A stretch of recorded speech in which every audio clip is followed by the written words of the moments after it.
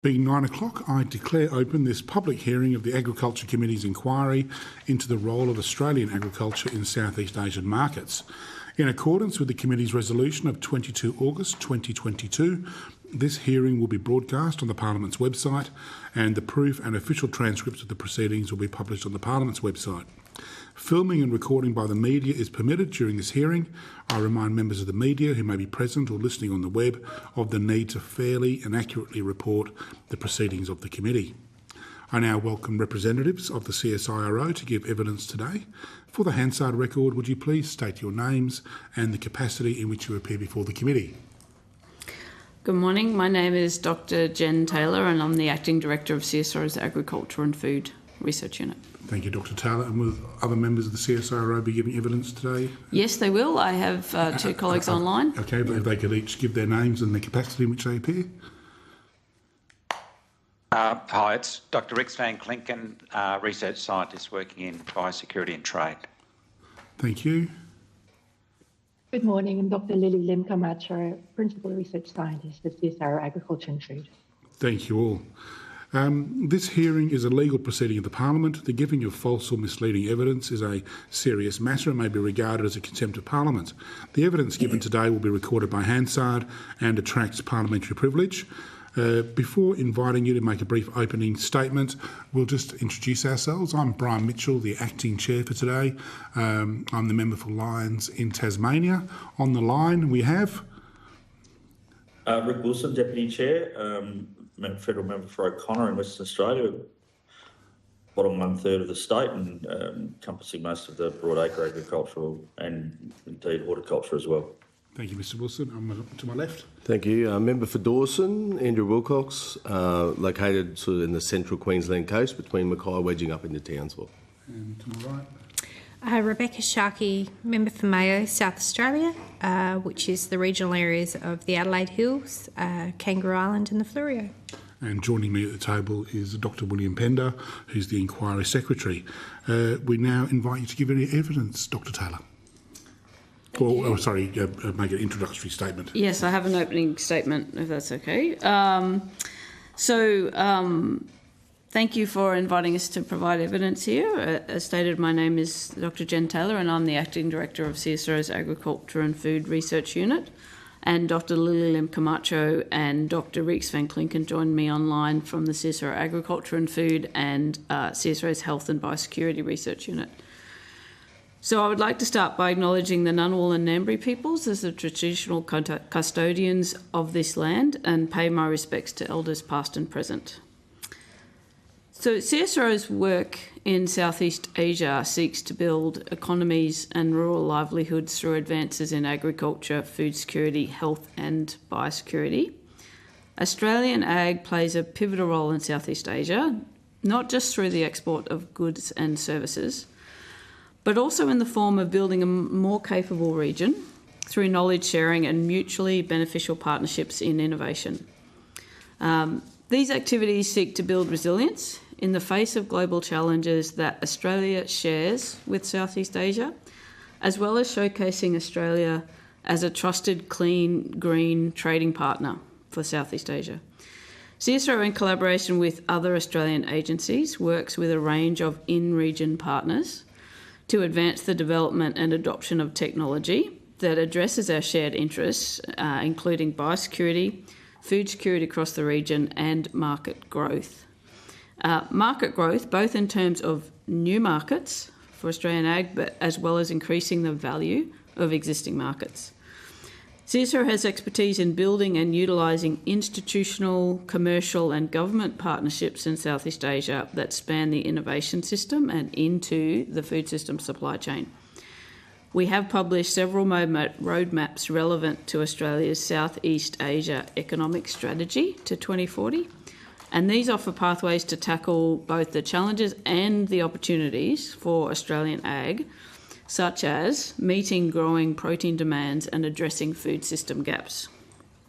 So we see opportunities for Australian ag to grow its involvement in Southeast Asia and its markets, and if further progress is made in areas such as harmonisation of standards and practices to increase market access, growth of technology-enabled expertise in biosecurity management, and food system innovation that ensures stable food security across the region. We welcome the questions of the committee.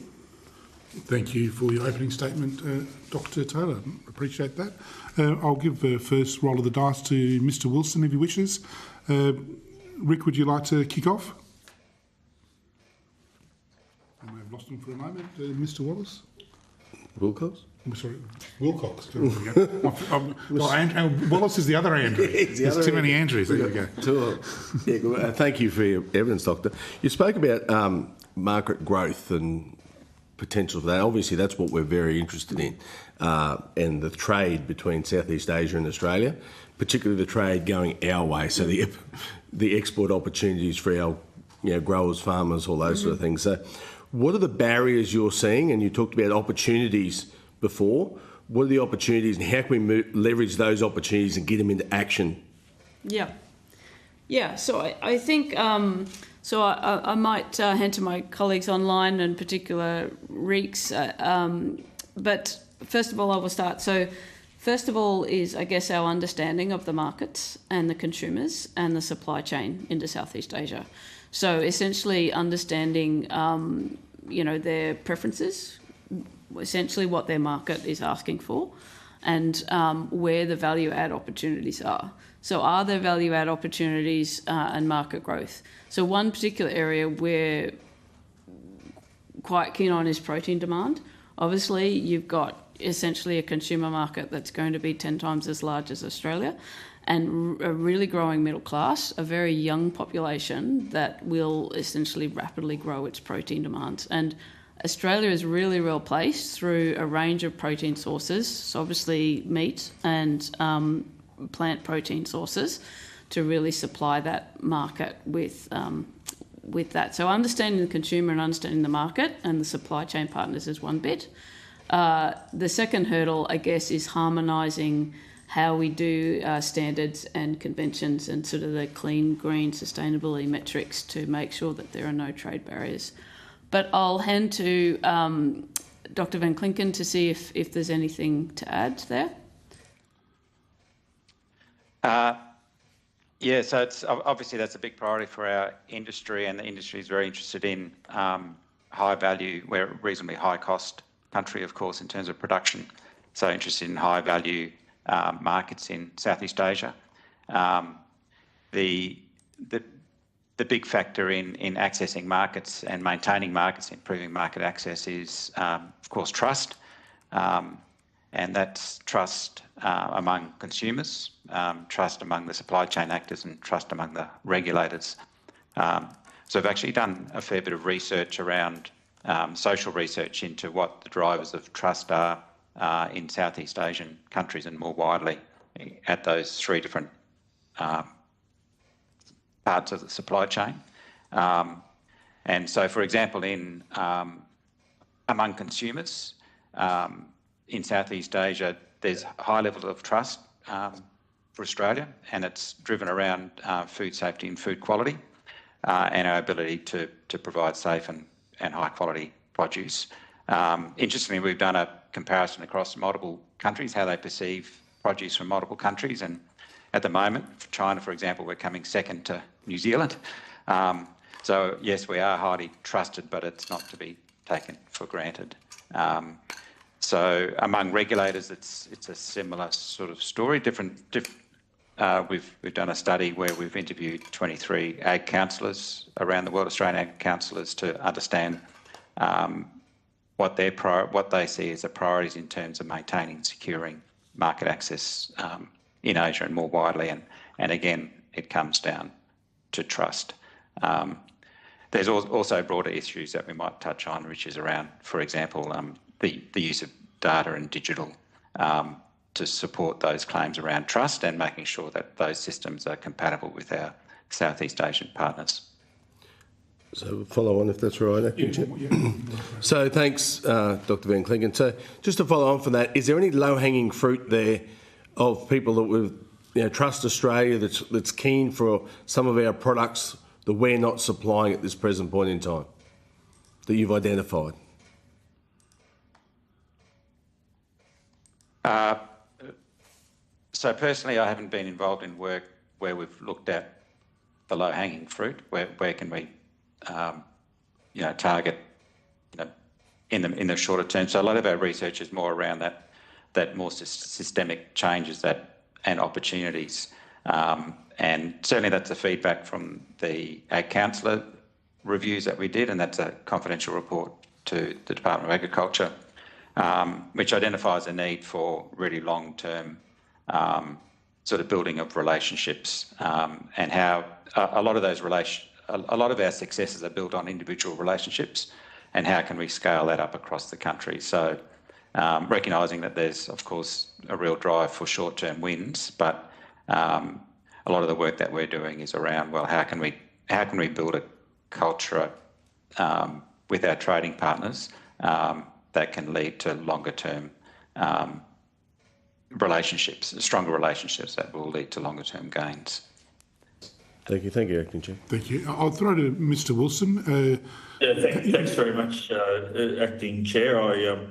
The technology is jumping around a little bit, but look, just to follow on from Mr Wallace's question, I met with some food processors in Parliament House this week who were having some difficulty accessing, in this particular case, Vietnam, in relation to getting accreditation to their food standards. Now, I would have thought that Australian food standards here are amongst the highest in the world. Is there any opportunity for us to develop a food standard across some of our destination markets in Southeast Asia, where that accreditation would transfer from, for instance, Australia to a destination country, rather than them have to go through that, accreditation and sort of setting of standards in the new market? Has any work been done on that? So I think I'll hand to Dr Van Klinken again around market access. Are you comfortable to take that? Sure. I can't specifically speak about the food standards discussion, but it touches on a broader theme around Australia being recognised as having strong standards in a lot of areas, so food safety, sustainability, use of digital data for traceability and biosecurity. But the challenge for us is how to have those recognised multilaterally. And what we're hearing from a lot of different sectors is the need for work to collaboratively develop multilateral standards, and that requires a lot of relationship building and formal mechanisms to allow that to happen. So it's not a question of Australia developing fantastic standards and pushing it out.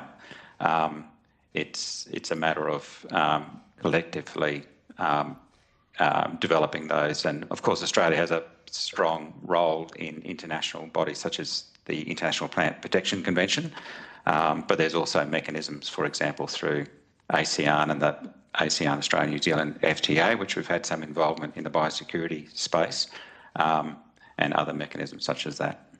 Thank you. I was going to follow on under our sort of various free trade agreements and arrangements that we have.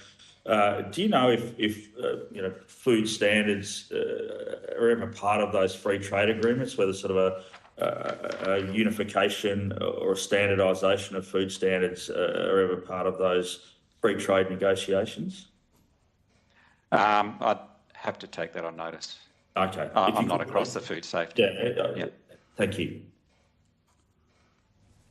You're done, Rick? Yeah, thanks, Chair. No worries. Ms Jack? Thank you, Chair.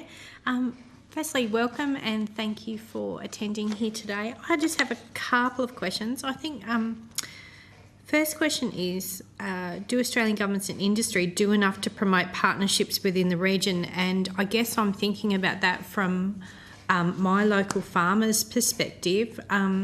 Many of them haven't even contemplated how to connect in with Southeast Asia, and the complexity potentially surrounding that, the opportunities surrounding that.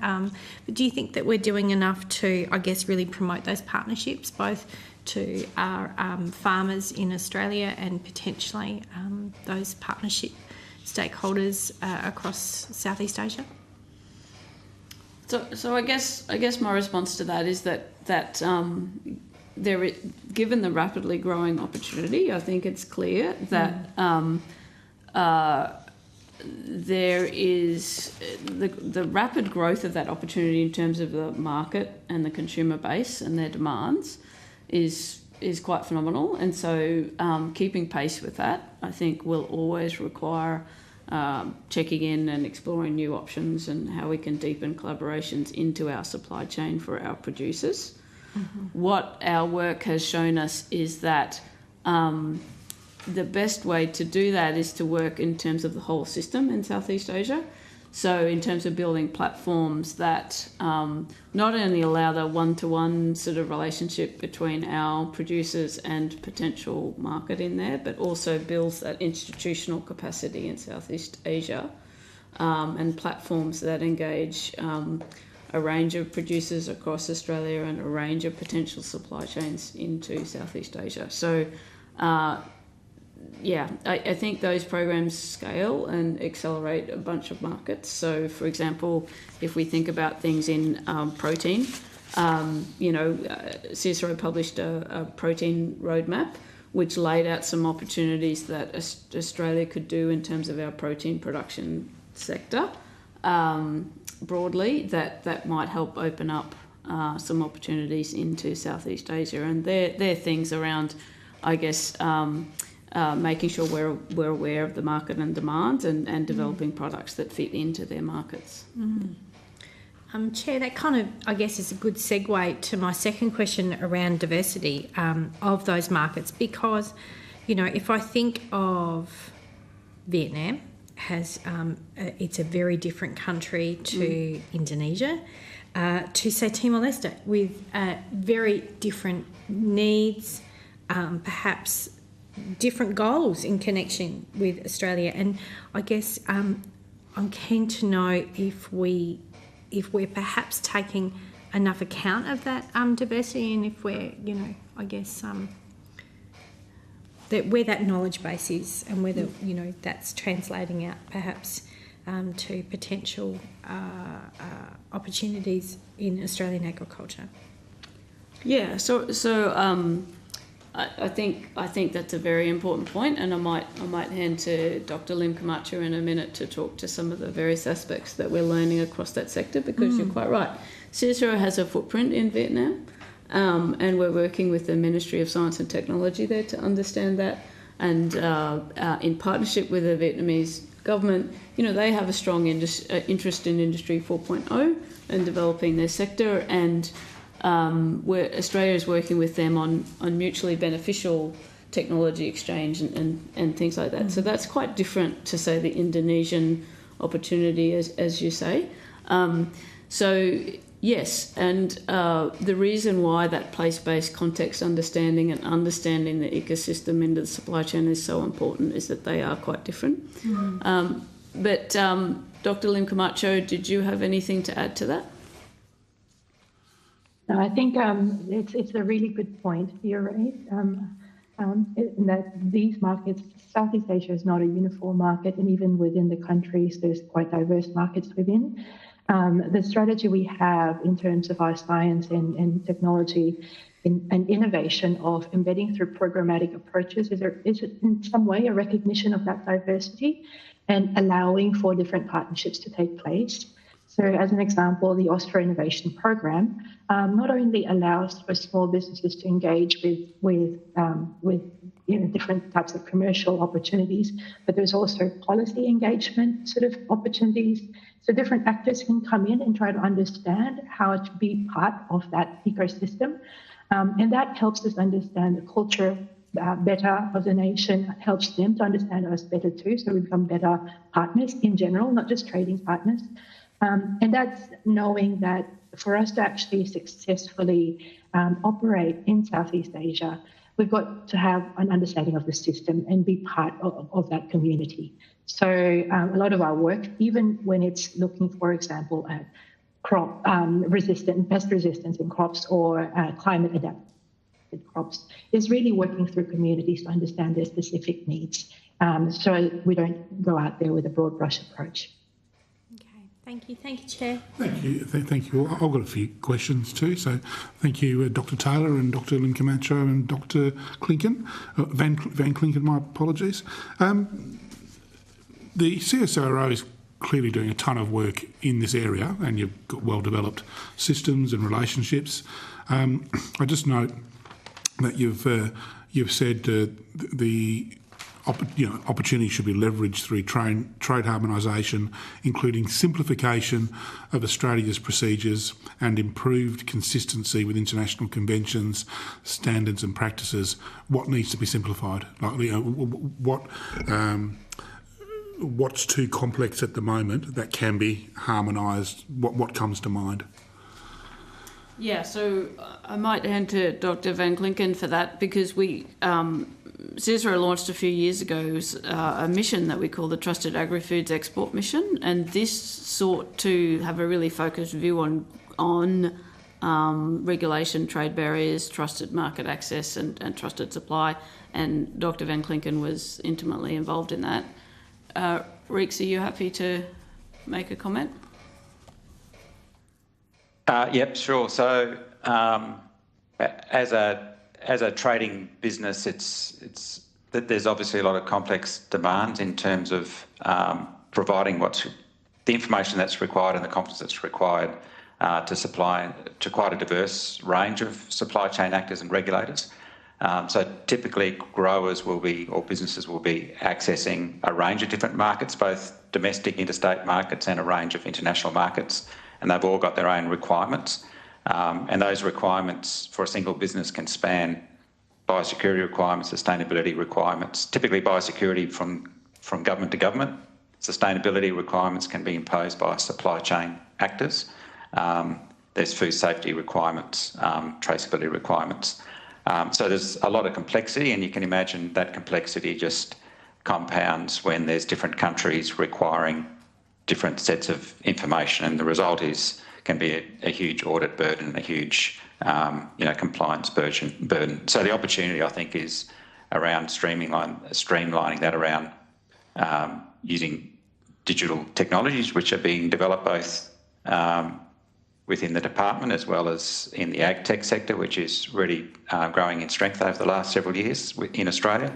But the longer term goal really is around compatibility with our trading partners' systems and requirements, and that's been identified as a big priority among our in our research with the ag councillors, for example.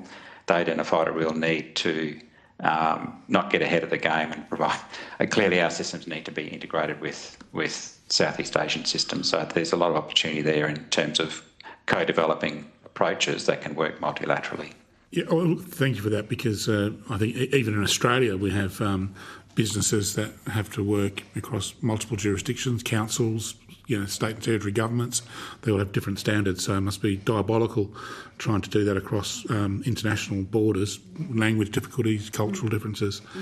But the two, and I've got a few other things, but just to pick up on a couple of points you made there about some of the progress being made with digital technology, I think you said, Dr. Van Klinken, and the key word I think was being able to integrate with systems. What's CSIRO's role in trying to pull these disparate things together to try to find harmonisation? Is it CSIRO's role, or do you see that as being somebody else's job, and what are you doing to work with other agencies to see this work get done? Yeah, I'm happy to make a few. So I think CSIRO's role is to develop data-driven systems, evidence systems, and understand what that evidence is that underpins claims, and also look at new technologies in the digital space that streamline. So, for example, new technologies that in a much simpler and efficient way and a uniform way evidence provenance such that For example, we can really clearly demonstrate to a whole range of supply chains simply that it was made in Australia. Yeah. And irrespective of what the label says, we can support, essentially Australian growers knowing that the supply chain can tell the difference between something that was made in Australia and something that was labelled made in Australia but wasn't. So getting together that evidence and being able to using science and technology to provide simple ways to do that is CSIRO's role. In terms of rolling out platform systems and into the agtech sector, as Dr. Van Klinken said, that's something we would do in partnership with others. But I think it is important that Australia is on the cutting edge of using that science and technology for simplification, trust, evidence, credentialing. Is what I would say. Dr. Van Klinken, did you want to add anything to that? So there's an incredible amount happening in this space with a lot of different players, including in the ag tech sector, developing solutions. Often the solutions are developed for particular commodities and particular purposes. A lot of our work is trying to take a much more high-level view with the goal of developing solutions and standards that can apply across different applications for a particular commodity, whether it's sustainability or biosecurity or food safety, but also can work across sectors so that we're not ending up with a really fragmented solution. And one of the things, for example, that we're doing there is digitising, looking at all the requirements to access a market. So in this, the first one we looked at was for red meat into the US, but this would also apply to Southeast Asia, where we've looked at all the food safety and biosecurity sustainability requirements and map those digitally. It comes up with a graphic that looks like a galaxy. They're all the regulatory touch points that growers and supply chain actors have to follow. There's huge complexity, and so that's the first step into then standing back and going, let's look at how we can simplify these trade systems and link it and start linking the requirements to data to drive down cost, regulatory burden cost. In terms of that mapping, given I guess any human being wants to, for example, using the example of red meat, any human being wants to eat meat that is safe. What are the main points of difference you're finding in the mapping in terms of the regulatory burdens? Is it really sort of ticky touchwood stuff, or is it massive differences in what the expectations or the demands are of each particular market? In terms of in red meat, for example, what are the differences? I mean, meat's safe or it's not. Mm. Yeah, so I think Reeks, you're happy to continue. Yep. So a lot, there are a lot of international standards that would be common across countries, but there can be a lot of individual standards that are developed for a whole range, not just for food safety, but for sustainability purposes.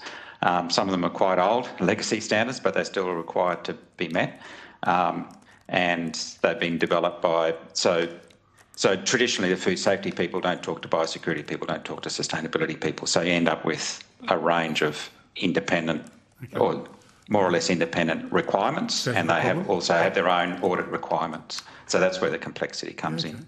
So I think we're getting somewhere now, because I think that sounds like a real problem. If that siloed approach, that they've all got to hook into food safety or food standards. So what's being done to bring those systems together? Those disparate, groups. Who's responsible for trying to get them all in the same tent so that they're all singing from the same song sheet? Yeah. Is it you? No. Reeks, did you want to address the ecosystem around that? We're looking at technology that can support this, but obviously we're not the regulatory authorities for around this. Yeah. So I think through the Trusted Agri-Food Exports mission, we see ourselves as obviously as a one player of many, and an important role that we play is helping to find solutions that can be put in place, identifying where the barriers are and what the solutions are. So, for example, One of the big barriers in progressing this is the use of data that's generated by producers and across the supply chain, and concerns about losing control of that data owners losing control of that data up the supply chain. And so finding solutions to how that data can be used to the best effect to meet various compliance requirements efficiently without losing control of that data. And so one of the initiatives that have been developed recently is the Australian Agricultural Data Exchange, which will be getting launched later this year, partially funded through the Department of Agriculture and with CSIRO as a partner to help provide a mechanism for that to occur. So that's just one example of the sort of work that we're doing. I've got a few more, but I'll throw to the other members in case I'm hogging it. Mr. Wilcox? Yeah, thank you. So tell us, what can government do to help CSIRO? Is there any projects or major gaps you're seeing that we're missing, that we're not encouraging or researching to do at the moment? Clearly, with a lens of us trying to do more with Southeast Asia. Yeah. Like, we see that as a huge population, a growing population, all the things that you said in your opening statement. The opportunities are there. Yep. What are we missing? Yeah, so I guess the things that help grab that opportunity are these multilateral partnerships. So that's government, a research provider or science provider like CSIRO, as well as industry in Australia, producers in our sectors, having partnerships into Asia that involve their governments and their supply chain. So I think building these platform partnerships is really key, and that really helps us with building trust, understanding the context that we're developing these markets into, feeding that information back to our Australian ag sector, and developing science and technology that helps them address that in the most efficient and best way possible. That's one thing. I think the Australian government is already doing quite a bit. We have quite a few partnerships with DFAT into Singapore and Vietnam and into addressing these sectors. But I think it really comes to helping us build our intelligence of that market and understanding the context through those partnerships. The second area, I guess, is us building capability in region. Because if we build capability in region in these areas, then the way in which that helps our markets and our exports is by upskilling them to understand, what we're bringing, but also improving our biosecurity, giving us a really stable supply chain, and also growing that trust that Dr. Van Klinken said that essentially, we are one of the cleanest, greenest producers of food in the world. And we can demonstrate that by showing, how we do that science and technology-wise, and also, helping them build their capability. They're a net. Obviously, they're an importer. Their population will outstrip, so they have a long way to go to sort of become an exporter like we are. So we have a real opportunity there to work with them to build that trust and for them to see us as, a trade partner of choice. Just maybe I'll give the team a chance to jump in and see if I've missed anything there. Online. If I can just jump in while you do that, because I'll join Mr. Wilcox in this. This is your opportunity as a CSIRO or as individual experts within the CSIRO. If you discuss things around the water cooler and go, oh gee, if only the government was doing this, or if only were able to do this, we could achieve this. This is your opportunity to say it. So if you've got an idea that you think is not being progressed, that you think would help us achieve these aims of, achieving these terms of reference, now's the chance to say it. If I may, Rickson. One thing that we are looking to push is a national reporting system for our food system. And that's because we are finding that there are many gaps that we don't have evidence for, many goals or priorities that we don't actually see in the food system. And that speaks to what we were talking about earlier about the disjoint between food safety standards and environmental credentials and biosecurity standards. We don't connect the systems enough. And we're hoping that a national reporting system will actually allow us to do better, both for exports, but also domestically. So it's two-pronged. And that's consistent as well with what other nations seem to be wanting, is a better understanding of how the food system actually delivers to the economy and to others. And so in doing that, maybe we'll have a better understanding of how we can better serve our markets, both domestically and internationally. Thank you. Dr. Van Klinken? Thanks. So we've talked a lot about trust and common standards across trading partners, and there's other themes such as importance of two-way trade and the like. And a key to that is relationships, and there's lots of people within CSIRO and other partner organisations that have important relationships with people in Southeast Asia. To me, the big opportunity is how to scale that in a really strategic way. So really take much more One Australia approach in terms of who we engage with, how we engage, and have a longer term strategic goal around those engagements. And that can happen both bilaterally with prioritised countries, and there's a whole range of ways that they can be prioritised. We have our way of prioritising, but there's other policy and ag development sort of lenses to that could be brought in, but also making the most of multilateral sort of opportunities. How can we develop multilateral partnerships that are enduring? Thank you. Now, I'm going to give the last word to Mr. Wilcox. He's got one last follow-up. Well, I was hoping someone was going to go after me, but I wanted to finish on a positive note, but I want to talk about threats, unfortunately. We've just talked about those positive things. Obviously, we're keen in the opportunities. Are there any threats there that we're missing? Because we don't want to, while we want to do this trade and while we want to export and all those sort of things, we want to look after our domestic supply and our food security as well. So any threats that you've identified? Well, the big one's biosecurity. So that's a big one, and I guess that's both a challenge and opportunity and engagement in Southeast Asia, because obviously, intervention before an incursion into Australia prevention is better than cure. So a lot of activity is focused on that. So exporting some of our technology to get early detection and various other things like that into the region is important for us. That's a potential threat. But the other really threats are shared. So it's climate change. Southeast Asia is a largely food insecure region, unlike Australia. Australia is incredibly food secure. We do import some parts of our food system, I guess, and CSIRO has other work looking at that and making sure those supply chains are intact. But yeah, so I think the opportunity for Australia in terms of exporting in Southeast Asia far outweighs any risks that we have internally to our food supply chain, other than things outside of our control, supply chain shocks such as climate change and climatic events that happen that disrupt us domestically. And they're shared in Southeast Asia as well. Yeah.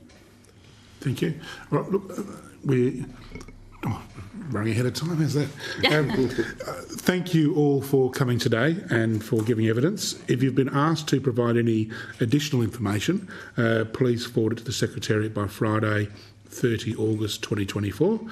You'll be sent a copy of the transcript of your evidence and will have an opportunity to request corrections to transcription errors, and you're all released. Thank you so much. Thank you. Thank you.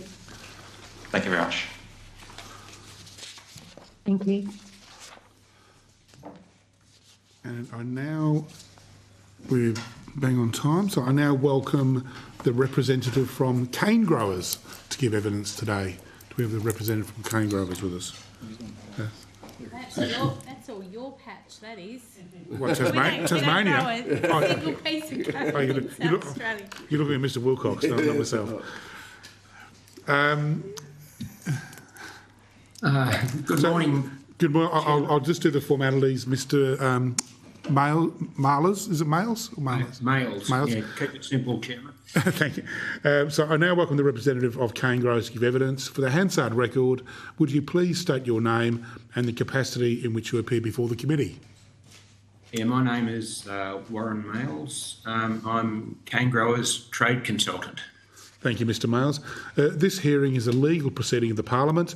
The giving of false or misleading evidence is a serious matter and may be regarded as a contempt of Parliament. The evidence given today will be recorded by Hansard and attracts parliamentary privilege. Before inviting you to make a brief opening statement, we'll just do our introductions. I'm Brian Mitchell, the member for Lyons in Tasmania, a well-known sugar-growing region. I say that. Yeah, I shouldn't tell lies, should I? I'll be in contempt of Parliament. And I'm the acting chair for today. On the line, we have our deputy chair. Thank you, Acting Chair. Rick Wilson, Federal Member for O'Connor, basically covering South East and Western Australia. And on to my right. Rebecca Sharkey, Member for Mayo, which is the Adelaide Hills, the Fleurieu and Kangaroo Island, if you've headed down south at any stage. And to my left, somebody I'm sure you're familiar with. Andrew Wilcox, Federal Member for Dawson. So Dawson's between Mackay and Townsville, biggest sugarcane growing area in the country. We'll invite you to make a brief opening statement if you wish, Mr Males. Thank you. Thank you for the opportunity. And let me start by perhaps saying something a little out of left field. That Brian, I used to be a constituent of yours many years ago as a voter in Lyons. I grew up in northern Tasmania, a place called Beauty Point. Oh yes, yes. And studied in Hobart before ultimately finding my way to Queensland. I've been with the Queensland sugar industry for about 33 years. And Andrew, I know the Mackay district very well. Paul Skembry was the chairman, as you well know, was the chairman of Cane Growers for many years before his retirement just a couple of years back. He's still very active in Mackay. I'm sure you're aware of that, and doing very well, enjoying his retirement, or perhaps semi-retirement in his case. But thank you, gents, for the opportunity to speak today on behalf of Queensland Cane Growers Organisation Limited, which is commonly known as Cane Growers. As you've mentioned, Cane Growers is the peak body representing over 70% of Australia's sugarcane growers, and that organisation has been dedicated to promoting and protecting the interests of our members since 1925, which is really, really important, and it's going on as a very strong organisation. The submission that we've made to your inquiry highlights the critical role that Australian agriculture, particularly the sugar industry, plays in the Southeast Asian markets. Around 85% of our raw sugar production is exported, and 90% of these exports are concentrated in just three markets: Indonesia, South Korea and Japan. Our industry is deeply intertwined with the economic landscapes of these nations and the broader region. Of course, this concentration also brings significant risks, and diversifying our export markets is not just a strategic necessity, but a vital step towards ensuring the long-term sustainability and resilience of the Australian sugar industry. We were fortunate to receive a grant under the Australian Government's Ag, Forestry and Fisheries ATMAC program. That's the Agricultural Trade and Market Access Program, which helped us look at opportunities in each of the Asian markets. And countries like Indonesia, Malaysia, the Philippines and Vietnam present both challenges and opportunities for us. Well, Indonesia, of course, is a major importer. Thailand is a significant exporter, and the competitive pressures arising out of India highlight the dynamic nature of the market in East and Southeast Asia. Of course, Australia's geographic proximity and established commercial relationships gives us a competitive edge, as do many of the bilateral and regional free trade agreements that Australia has entered. But we continue to work closely with government to secure preferential access and to ensure compliance with international trade commitments. Vietnam is an opportunity for us. It's included the imposition of anti-dumping duties and taxes on the Thai sugar industry, because Thailand was found to be dumping sugar into the Indonesian market. That actually has presented a little bit of an opportunity for the Australian sugar industry in securing improved access to Vietnam, along with the advantages under the comprehensive TPP agreement. Now, in response to the committee's terms of reference, Cane Growers has made several proposals around improving market access, addressing non-tariff barriers, supporting research and development, fostering sustainability, and a range of others. Certainly, I assume that I take it for granted that everybody has read the submission, but certainly be very happy to respond to any questions that might arise. Thank you, Mr. Miles. Mr. Wilson, are you there? Camera's off, but I know he's having some comms issues from WA. No, we'll throw to Mr. Wilcox, seeing as he's in sugar country. So He's the expert. Yeah. I wouldn't say that, but thank you, Acting Chair. Mr. Miles, just a question first up.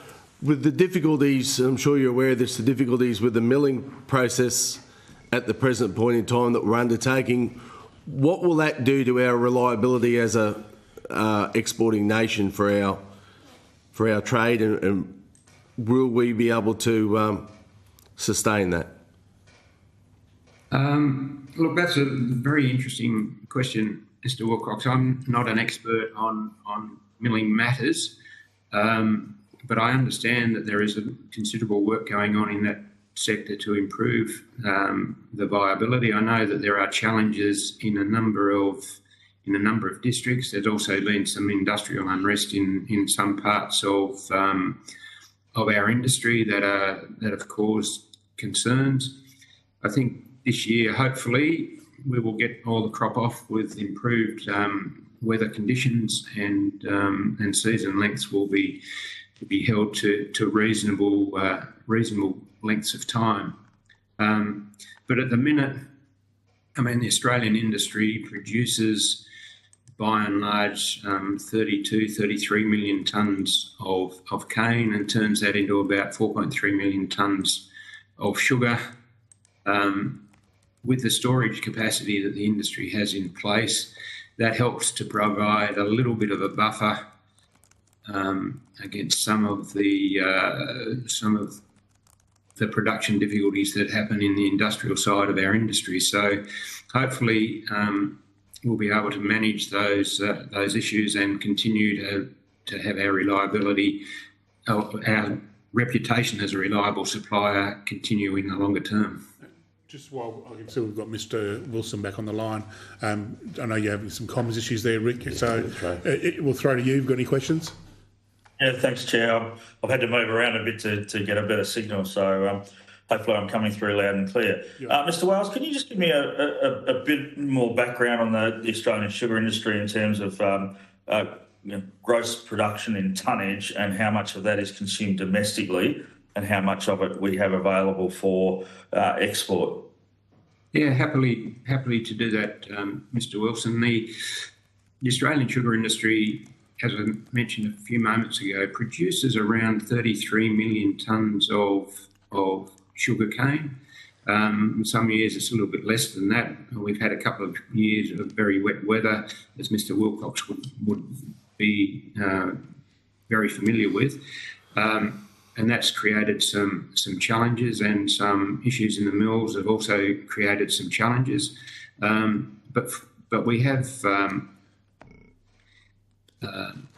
enjoyed in recent times some reasonably strong international prices. Unfortunately, as I speak, those prices have fallen a little bit, but we've had a couple of years where there's been pretty strong returns to our industry, and that has supported the stabilisation of production at around those levels. I know that many in our industry would like to see a little bit of more growth on the farm side, and certainly there are many in our industry, as Mr. Wilcox's question suggests, would like to see a little bit more reliability on the industrial side of our industry. But we produce about 4.3 to 4.5 million tonnes of raw sugar, and consume about 900,000 to 1 million tonnes of that in the domestic market at home. So the balance is exported. So more than 75% of production is exported each year. And as I mentioned in my opening remarks, the key markets there, are Japan, Korea, and Indonesia, and of course that's South Korea. So the key markets are already in Southeast Asia, but what are the opportunities for expanding that or increasing, product into other developing countries like Vietnam? Well, Vietnam is a market that is being developed by the industry, the Vietnamese sugar industry. Certainly the refiners there are very keen to access more Australian sugar. And they have actually talked with the Australian industry about the prospects of doing that. Of course, improving Australia's access to the Vietnamese market is an issue primarily for the Indonesian government to solve, because it is its own domestic barriers in terms of import restrictions that Indonesia place on sugar coming into that market. That is a concern. If some of those issues were eased, then we could supply more sugar to Indonesia. I should say, in terms of our market composition, Australia also supplies a reasonable tonnage to the US. That's the highest returning market in the world, and we're constrained there by access under the WTO agreement and the US's import restrictions. But we supply about 120,000 tonnes a year, 130,000 tonnes a year to the US market. And of course, recently we've had access to the UK market under the terms of the Australia-UK FTA, and we've filled the first year's quota of that and most of the second year's. And how does the marketing in the sugar industry work? Are there individual companies that would try and open up a new market, or does the Australian sugar industry have a central kind of marketing arm? That's a really good question, Rick. And the answer to that is we used to be a market that was dominated by a single desk, but those structures have changed, and now there are multiple marketers of Australian sugar. And I'm pleased to say that under the federal government's code of conduct for the sugar industry, which enables grower choice in marketing, the growers can choose who markets their sugar, whether it is the grower-owned company QSL, Queensland Sugar Limited, or whether it is the marketer of the milling company that they supply. And the biggest milling companies are Wilmar, Mackay Sugar, MSF Limited, and Tully Sugar. Each of those companies has their own marketing proposal. But what the Code of Conduct has also done is enabled the Australian industry as the only industry in the world, again leading the way, to enable growers to manage their own price risk. As you know, farmers are great at managing production risks and climatic risks and a whole bunch of other risks on their business, pests and disease and so on. But now they also, in the sugar industry, have the opportunity to manage the sugar price risk. And that's providing great long-term certainty for the growers in terms of their pricing. So just on that, I come out of the grain industry, and yes, we also saw the removal of the single desk back in the 2008, and the industry has matured tremendously since then. What is the price setting? Where is the spot price for sugar set? And is there, where are what is the futures market? Where are those hedges placed? Yeah, look, the sugar market is based in New York. I think the grains are Chicago, but the sugar market is New York. It's the raw sugar number 11 contract is the principal contract for the price discovery. That is an FOB contract. Because it's an FOB contract, and because most of our markets are in the Asia area, the Asia Pacific area, and of course that's a deficit supply region, we get a premium to that number 11 price for the physical sale of the sugar. So the growers manage the price exposure, and the marketers manage the basis, if you, to use the term that's often used in the grains industry. Yep.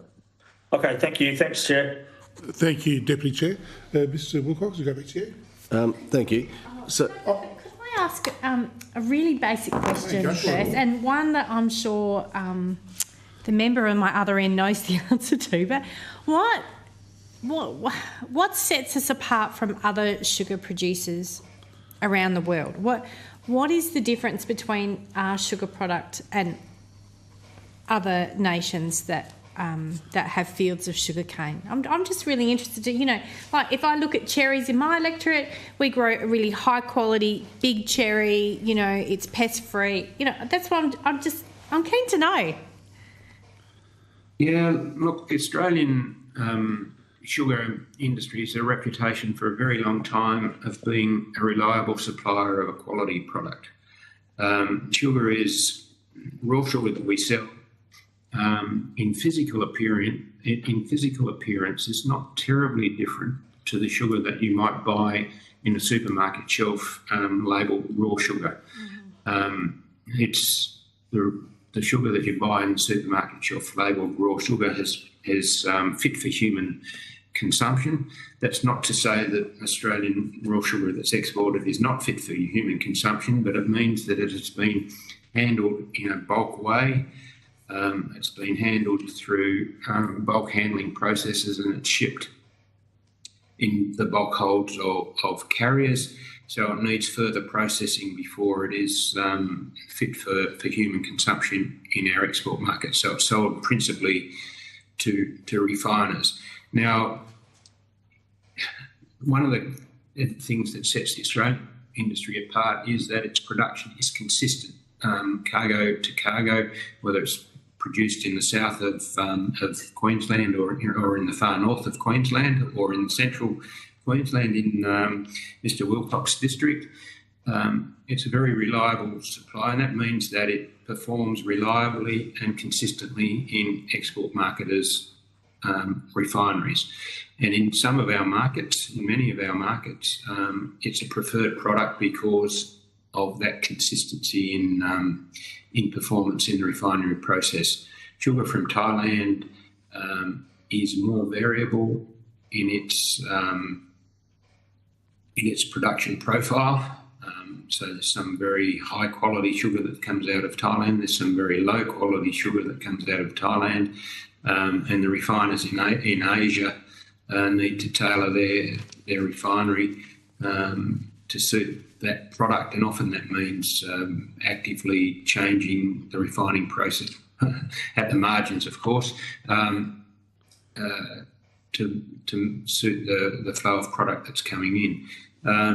Sugar from Brazil, well, comes halfway around the world before it gets to Asia, and so it's a high polarizing sugar. And that means that the refiners there in Asia are able to refine it perhaps more easily than the Australian product, but the Brazilian sugar, a little bit like the Thai sugar, is more variable in its processing characteristics. Can I just jump in there as well? Sorry, Mr Wilcox, but because I'm keen to, I was thinking the same thing as Ms Sharkey. With fruit and other products, there's different taste profiles, textures. There's different ways to measure, what is quality. And you've just made reference to high quality sugar versus low quality sugar, what are the characteristics that define what is high quality versus low quality? I certainly understand, I would assume, variability in size, which would cause issues for refiners, and the size of sugar, but I'm struggling to grasp this. We want to know more. What makes for a high quality sugar versus a low quality sugar? Yeah, we're mostly here talking about the refining process, Mr. Mitchell. The refining, the raw sugar that we produce, I'm trying to get this, perhaps, and Mr. Wilcox might be actually able to help me here. We produce a raw sugar that's quality of about 98.5, 99 degrees pure. So if you think about degrees of polarisation that we talk about in the sugar industry as the percentage of purity in the sugar. So if it's 90, raw sugar in Australia is produced in Australia is about 98.95 pol. The white sugar that you buy in a supermarket, the refined product, is about 99.99% pure. So it's a much purer product. So the raw sugar has molasses, it has some other impurities in it that need to be taken out in the refining process. They all add colour and they add flavour, and they are taken out, as I say, as part of the refining process. White sugar that the refiners end up producing is pretty much a pure, is a chemically pure product. It comes out as a crystal, much like table salt. They're probably the two most pure products that anybody will put into their mouth, is table salt on the one hand and sugar on the other. So when we talk about what's going on in Australian sugar, raw sugar, there are characteristics of starch, of dextran, and the other impurities that are in sugar that all impact on the refining process. And the Australian industry manages those in the production of raw sugar much better than most of the other raw sugar producers around the world. And that is certainly something that helps simplify the refining process. Chair, could I ask a trade question that's related? And that's my last question, Mr. Wilcox. Then I'm leaving it all to you. We're all equal. You talk about us exporting raw sugar. Is there an opportunity for us to be doing that refining process ourselves and exporting, the caster sugar, the fine white sugar, brown sugar? Is that a value add, and is there that opportunity for us? And maybe there's a reason why we don't do that. Maybe there's a reason why we only export raw sugar. Yeah, look, we export a little bit of white sugar, around a couple of 100,000 tonnes of white sugar to, and those other processed products that you talk about, to islands in the Pacific region. One of the reasons that we don't export those refined products is because they actually, while they are value added, they actually come with significant additional costs in terms of packaging and transport and handling. And they're sold in much smaller quantities than the bulk raw sugar. Refiners, generally speaking, are located much closer to the end users. So raw sugar that we sell does not go into a food or beverage manufacturing activity without being further refined. And the refiners in each of the markets take account of their end user customer specification. I mean, some customers like to buy liquid sugar, Others like to buy fine grain sugar. Others like to purchase more coarse grain sugar. And refiners generally respond to those characteristics of food and beverage manufacturers who may be buying quite significant quantities of sugar over the year, but during the year they're buying it in much smaller parcels to suit their manufacturing process. Okay. I'm going to jump in before we go to Mr. Wilcox, because he'll have the run of the rest of the morning, I think. But if the major difference between us and another major producer, say like Thailand, is the variability that refiners prefer ours because it's a more consistent product. What threats are there that Thailand can basically get his act together and start, producing less variable sugar, and what threat does that provide to our export into Southeast Asia? Look, Thailand is a very significant exporter of sugar, and it's always working on improving the quality of its product. And principally, it's quite clearly Australia's major competitor in the region. The Queensland industry works closely with the Thai industry through two organisations. One organisation is a group called the Global Sugar Alliance. Another is through the Australia-Thai Sugar Industry Dialogue, which is a biannual set of meetings where our industries work, as I said, closely on trade and technical matters. The Thai industry is a significant investor in the Australian industry. The Thai company Mitpol Sugar owns the Australian business MSF Sugar, which has mills in North Queensland, in Mulgrave, in Tableland, and in South Johnston, so in far North Queensland.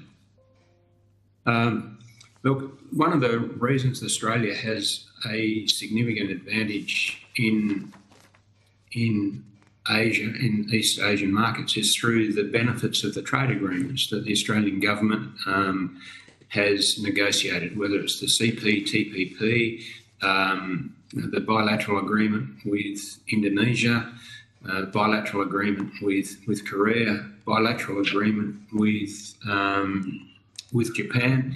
They all have given Australia very significant preferential access to markets. And I think one of the points that we make in our submission is that those preferential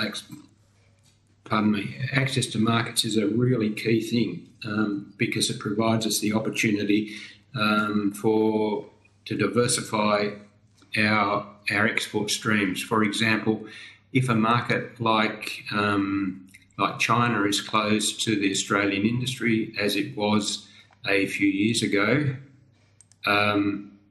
that means that we have opportunity to sell our product into other markets. So the opportunity that arose a few months ago in March of last year was when the UK FTA came into being. That enabled access to that market, which took pressure off Australia's supplies into the Asia-Pacific markets. So market diversification and access to markets is a really key thing going forward. Thank you. Asia is a deficit region. They're buying sugar from Australia, from Thailand, from Brazil. But of course, if things go awry, like they did with China a few years ago, then diversification is really key to profitability. Thank you. I'm going to throw to Mr. Wilcox and we'll give him the Thank you. time. Mr. Males, so what does the sugar industry need to do to expand and also to be able to export more things than just raw sugar, as in more molasses and then potentially SAF, so sustainable aviation fuel, and the byproducts of sugar? Because, after all, it is a very, very dynamic crop. It is a very dynamic crop, and the industry is looking very closely at sustainable aviation fuel. There's a lot of investigation going on in that region, and I understand there are investments being considered for Townsville. We've looked very closely at a range of those things. Molasses, of course, is a very significant export product for the industry, and Australian molasses is considered to be sought after around the Asia Pacific area as well. And of course, in the years of drought in Australia, where cattle feed can be scarce, molasses is a very important feed supplement for the Australian farming sector. Look, all of those opportunities are there. SAF is very much dependent on a suite of policy structures that support its production. SAF from sugarcane, which goes through an ethanol production process before being turned into SAF, is a relatively high cost product line. Now, while airlines are looking for sustainable aviation fuel for use in their fuel mix, and that will be very important, how the cost and benefits of that stack up against sugar production is also going to be equally important. So there are commercial considerations both there for both sugar and the alternative products, but government regulations and supportive policies, supportive in the long term, not just the short term, will be a key to see the development of that sector. Would it be fair to say, though, without SAF, they can't meet the targets that's not just governments imposing them, they're self-regulated targets they're putting in? Yes. Well, that's right. And then the challenge becomes whether that fuel is from sugarcane or from starch from the grains industries.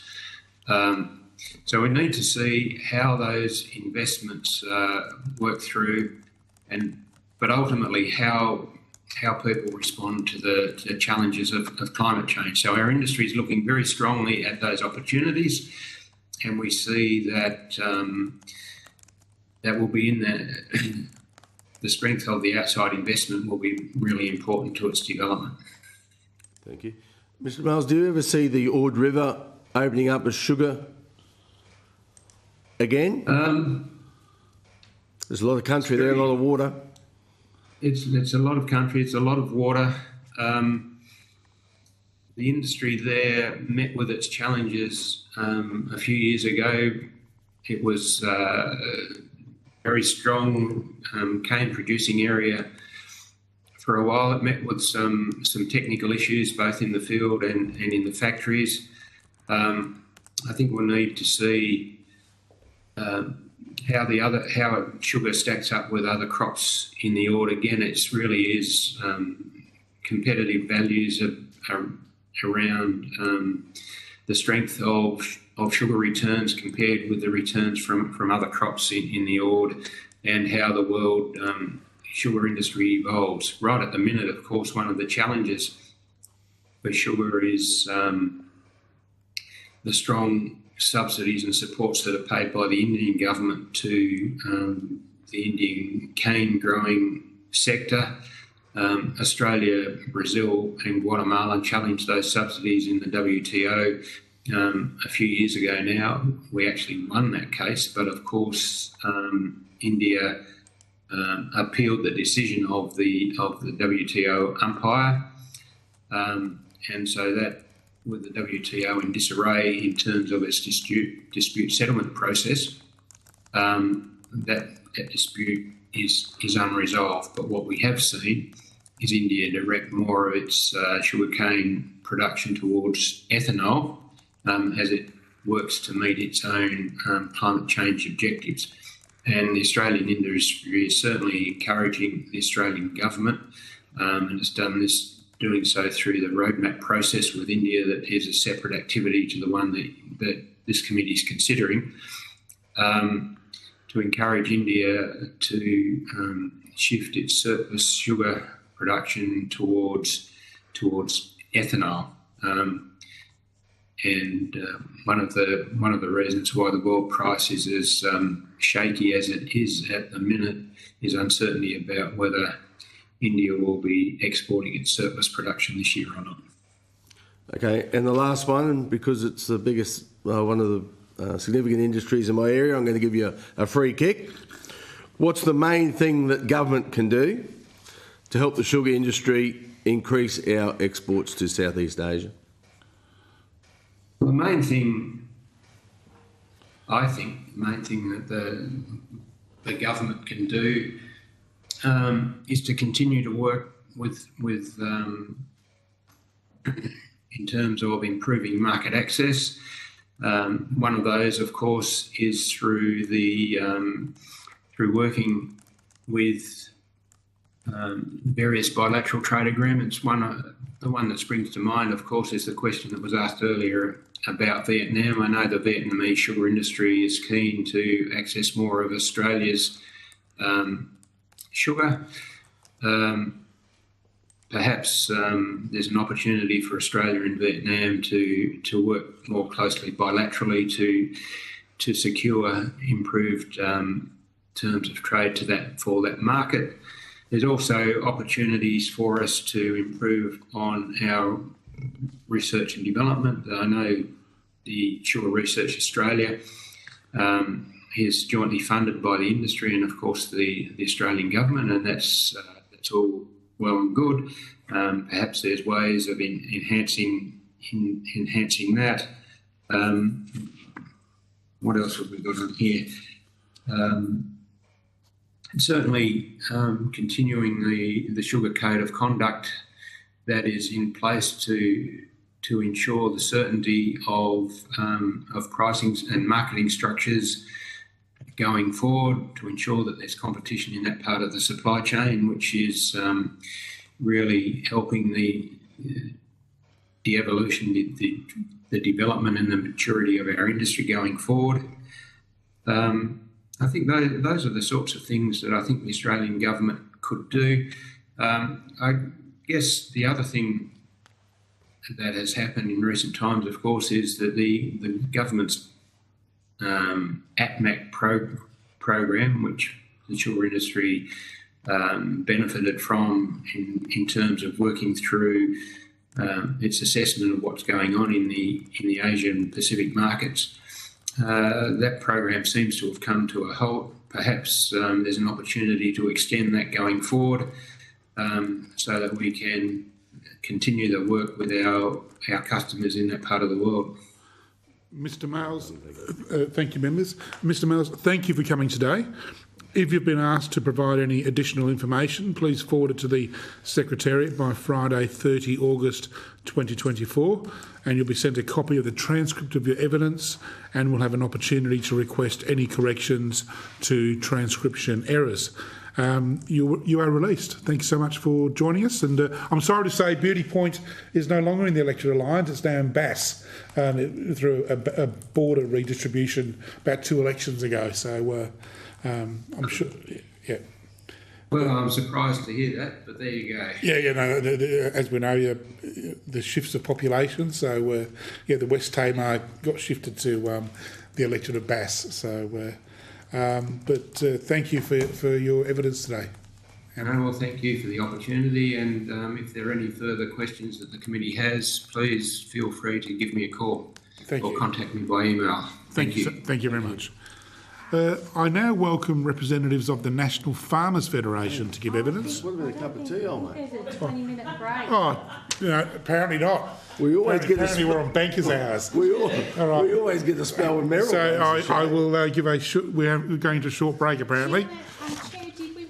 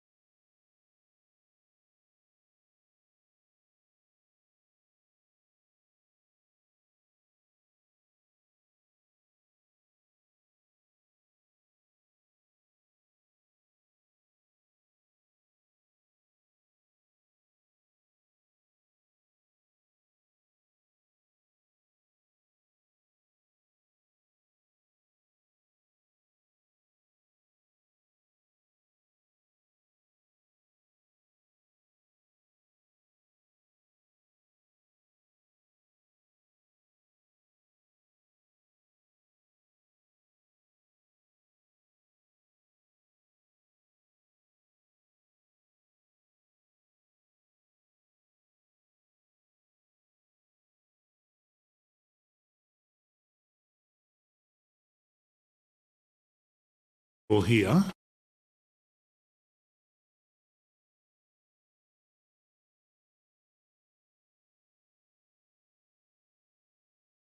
Broadcasting thumbs up, thank you.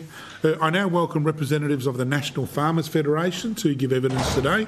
For the Hansard record, would you each please state your names and the capacity in which you appear before the committee? Sure. Tony Marr, Chief Executive, National Farmers Federation. Chris Young, General Manager of Economics and Trade. Thank you, gents. This hearing is a legal proceeding of the Parliament. The giving of false or misleading evidence is a serious matter and may be regarded as a contempt of Parliament. The evidence given today will be recorded by Hansard and attracts parliamentary privilege. Before inviting you to make a brief opening statement, we'll do our introductions. I'm Brian Mitchell, Acting Chair for today, Member for Lyons in Tasmania. On the line we've got... Rick Wilson, Federal Member for O'Connor, representing the vast southeastern agricultural regions of WA. And of course, Rick is Deputy Chair.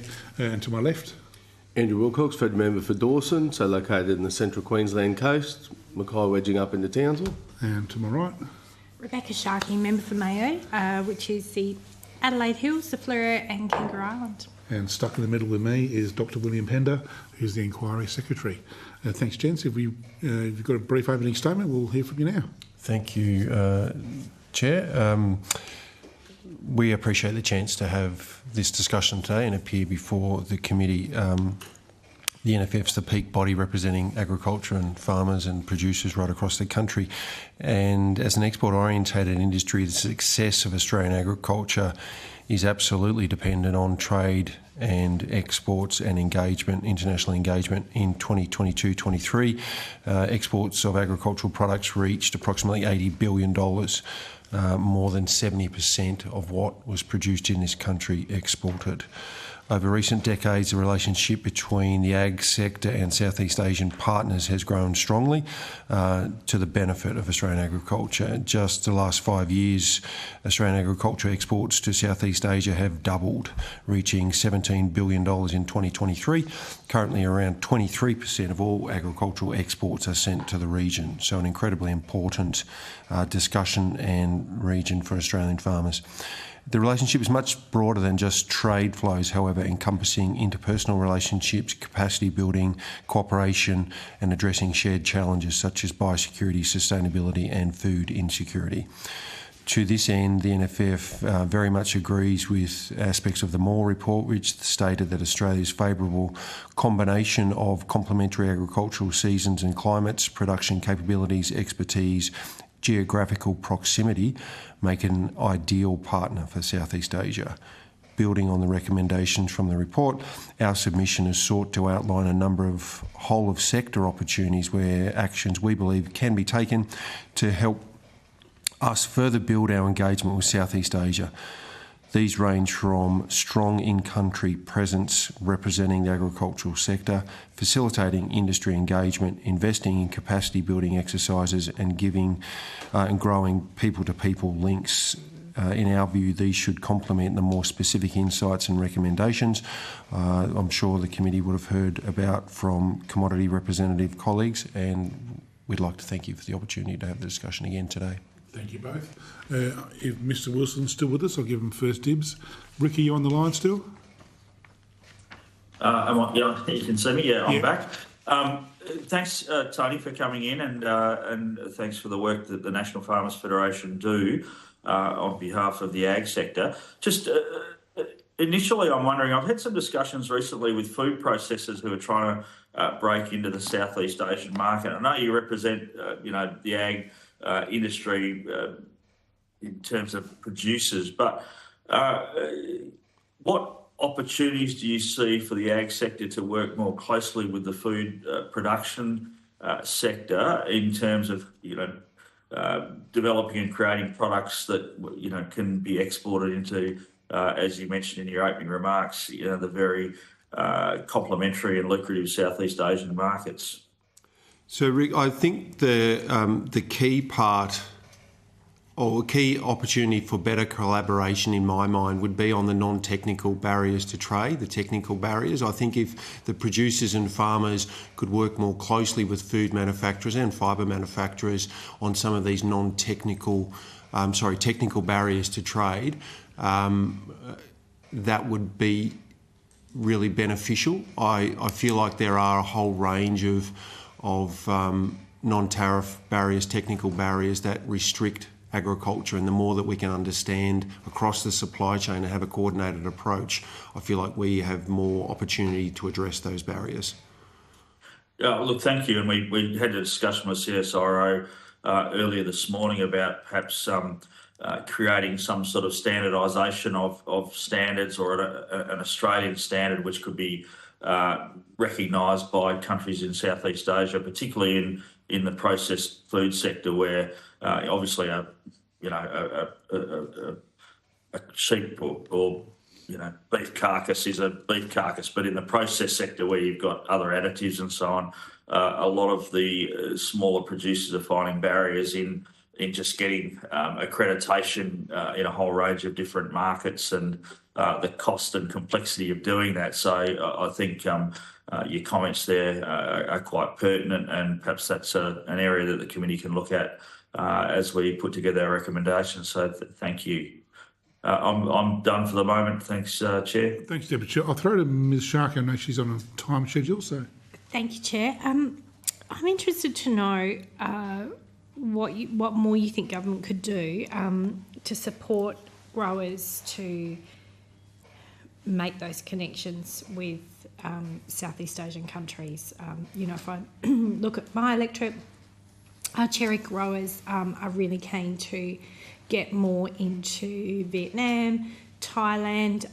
Obviously, there are biosecurity challenges in getting in there with requirements in other nations, but also just building those relationships, particularly if they have in the past very much focused, I think largely because of encouragement by various governments to build relationships with China, and some of those markets and relationships are no longer there, and so some of them are at a bit of a loss. And I think that we've kind of often overlooked the potential of Southeast Asia. So I'm keen to know what's your thoughts are there around building those relationships, and what more government should be doing to facilitate that. So I think in our submission, I think the people-to-people links, industry, essentially beyond the obvious points around tariff barriers and NTBs, the central element of our submission, and particularly because that's where an organisation like ourselves, we can play an active role with government. The Moore report had a number of recommendations. Most of those we think were eminently sensible. There's a few others that I'm sure colleagues will have raised with you already. Things like ATMAC grants we think are really useful to allow us to have the capacity to then go and engage at that level for the NFF. It's a real cost for the farmer, to in many cases go along to trade fairs in Vietnam or wherever and try and make connections, and often that's not their skill set. They're normally they're great at growing apples and growing cherries or growing sugarcane. Agreed, and beyond just really important element, trade delegations, we've done a number of them, and they're just excellent. And two-way trade delegations, by the way. It's not always just sending our farmers into the region. NFF is the permanent chair of the Cairns Group of Farm Leaders. Australia, through DFAT, is the permanent chair of the Cairns Group. The Moore report says really clearly there, I think it's recommendation 28, that is an established mechanism of where industry, as a secretariat, could do more to engage with our counterparts, the farmer representative. Pretty difficult for us to engage directly with an individual, but through their networks. And now there are challenges in dealing with some of our counterparts in the region, no doubt. But the recommendation there was there's an opportunity for government and ourselves to perhaps resource that a bit more, to do more work in the region. Mm-hmm. I've got one more question, Chair, if that's okay. What products do you see that Australia grows, Australia makes, that where do you see enormous potential, perhaps what we're not yet tapping into? And I'm thinking of, is there potential particularly in dairy or, there might be other sectors, obviously, but I'm just keen to know what, the NFF thinks is, hey, we really need to look at how we can value add and increase our presence in the region with these particular products or sectors. Before I go to the new products, I would just make sure we don't lose sight of some of the enormous growth we're seeing with existing trade lines. I was just reminding myself yesterday of some of the compound growth we've seen to countries, Vietnam, Thailand, Indonesia, from our existing, cotton, beef, wheat are the big ones, of course. It was 20% compound growth over the last 5 years in some of those lines. A little bit of a blimp, of course, COVID related, and they were not really small trade lines of, $50 million doubling. These were already multi-billion-dollar trade lines. So I think let's make sure we remember those opportunities. A couple that come to mind, I've had a number of conversations with our dairy colleagues who, and I think they had an ATMAC grant actually, that showed some of the opportunities there to diversify. Proximity helps. Apologies. ATMAC, ATMAC. And so they had an opportunity, I think, a little bit more with probably their powdered product. My mind also always goes to the horticulture sector. We've had a lot of conversations beyond this committee around the challenges that come with a perishable product, and one that may not have as ready access to international markets of some of our other products. Location helps in that respect. And so there are some opportunities, I know, for perhaps some of our more tropical fruits as well into those markets. Yep. So that's absolutely right. And Chair, Agricultural Trade and Market Access, ATMAC, a government program that has been hugely successful, and I'm not sure, Chris, you might be able to, if it's been continued or not, but what it does is really enable groups, organisations, networks to leverage the opportunities that Rebecca's sort of talking about, to build markets, expand markets in existing and new products. Incredibly important program, which we'd love to see more funding directed towards. I noted that you urged the reinstatement of it, of the programs, which suggests, and I don't know, that it's been discontinued. But do you know what period did it run for? What metrics have you got to support it? It ran to quite recently. A number of the projects ran out to quite recently. Sorry, I shouldn't have assumed the acronym was known. It'll be in, I would expect nearly all of our members making a submission to this committee will have flagged our desire to see that continued. If I can just use a couple of you, I mentioned the dairy industry. The wool industry had a grant. As you would know, a lot of our wool is processed China, Italy or the Czech Republic. Looking at the opportunities for Vietnam to do some of our first stage processing, bit of a win-win. Brings it closer to us geographically, but works Southeast Asia strategy. They loved that project and it worked really well. So we often look at these things on for every dollar invested, what's the dollar return? Do you have that sort of analysis done at all? Or? Not for the ATMAC. All right. A lot of the time, and you'll all appreciate this, but the relationships are long term. Yep. So it takes years, sometimes decades, to actually build up and really be able to take advantage of the relationship. Can I just jump in? No, you jump in. So on that one, because I'm not familiar with the program, so is that accessible for growers or grower groups, as in like Bowen Gumlu Growers Association, who represent large horticultural crop? Would they be eligible for that for their members, or how? I would say yes, they would be. I'd have to check whether it's actually individuals being able to access it, but definitely groups have been able to access it. You put it, it's an application process and it's assessed on its merit. Our experience is that a lot of representative or commodity groups have been successful in getting the grants. Another question, changing gears.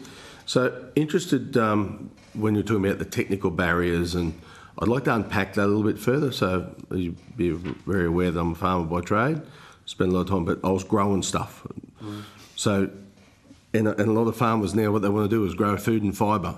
They also want to export and they're running big businesses. So they need a hand sometimes with some of this paperwork and regulatory burden. Who does that? Or what department, where does that fall under to give them a hand? So it's a little bit of both. I'd say it's the agriculture department, but also DFAT.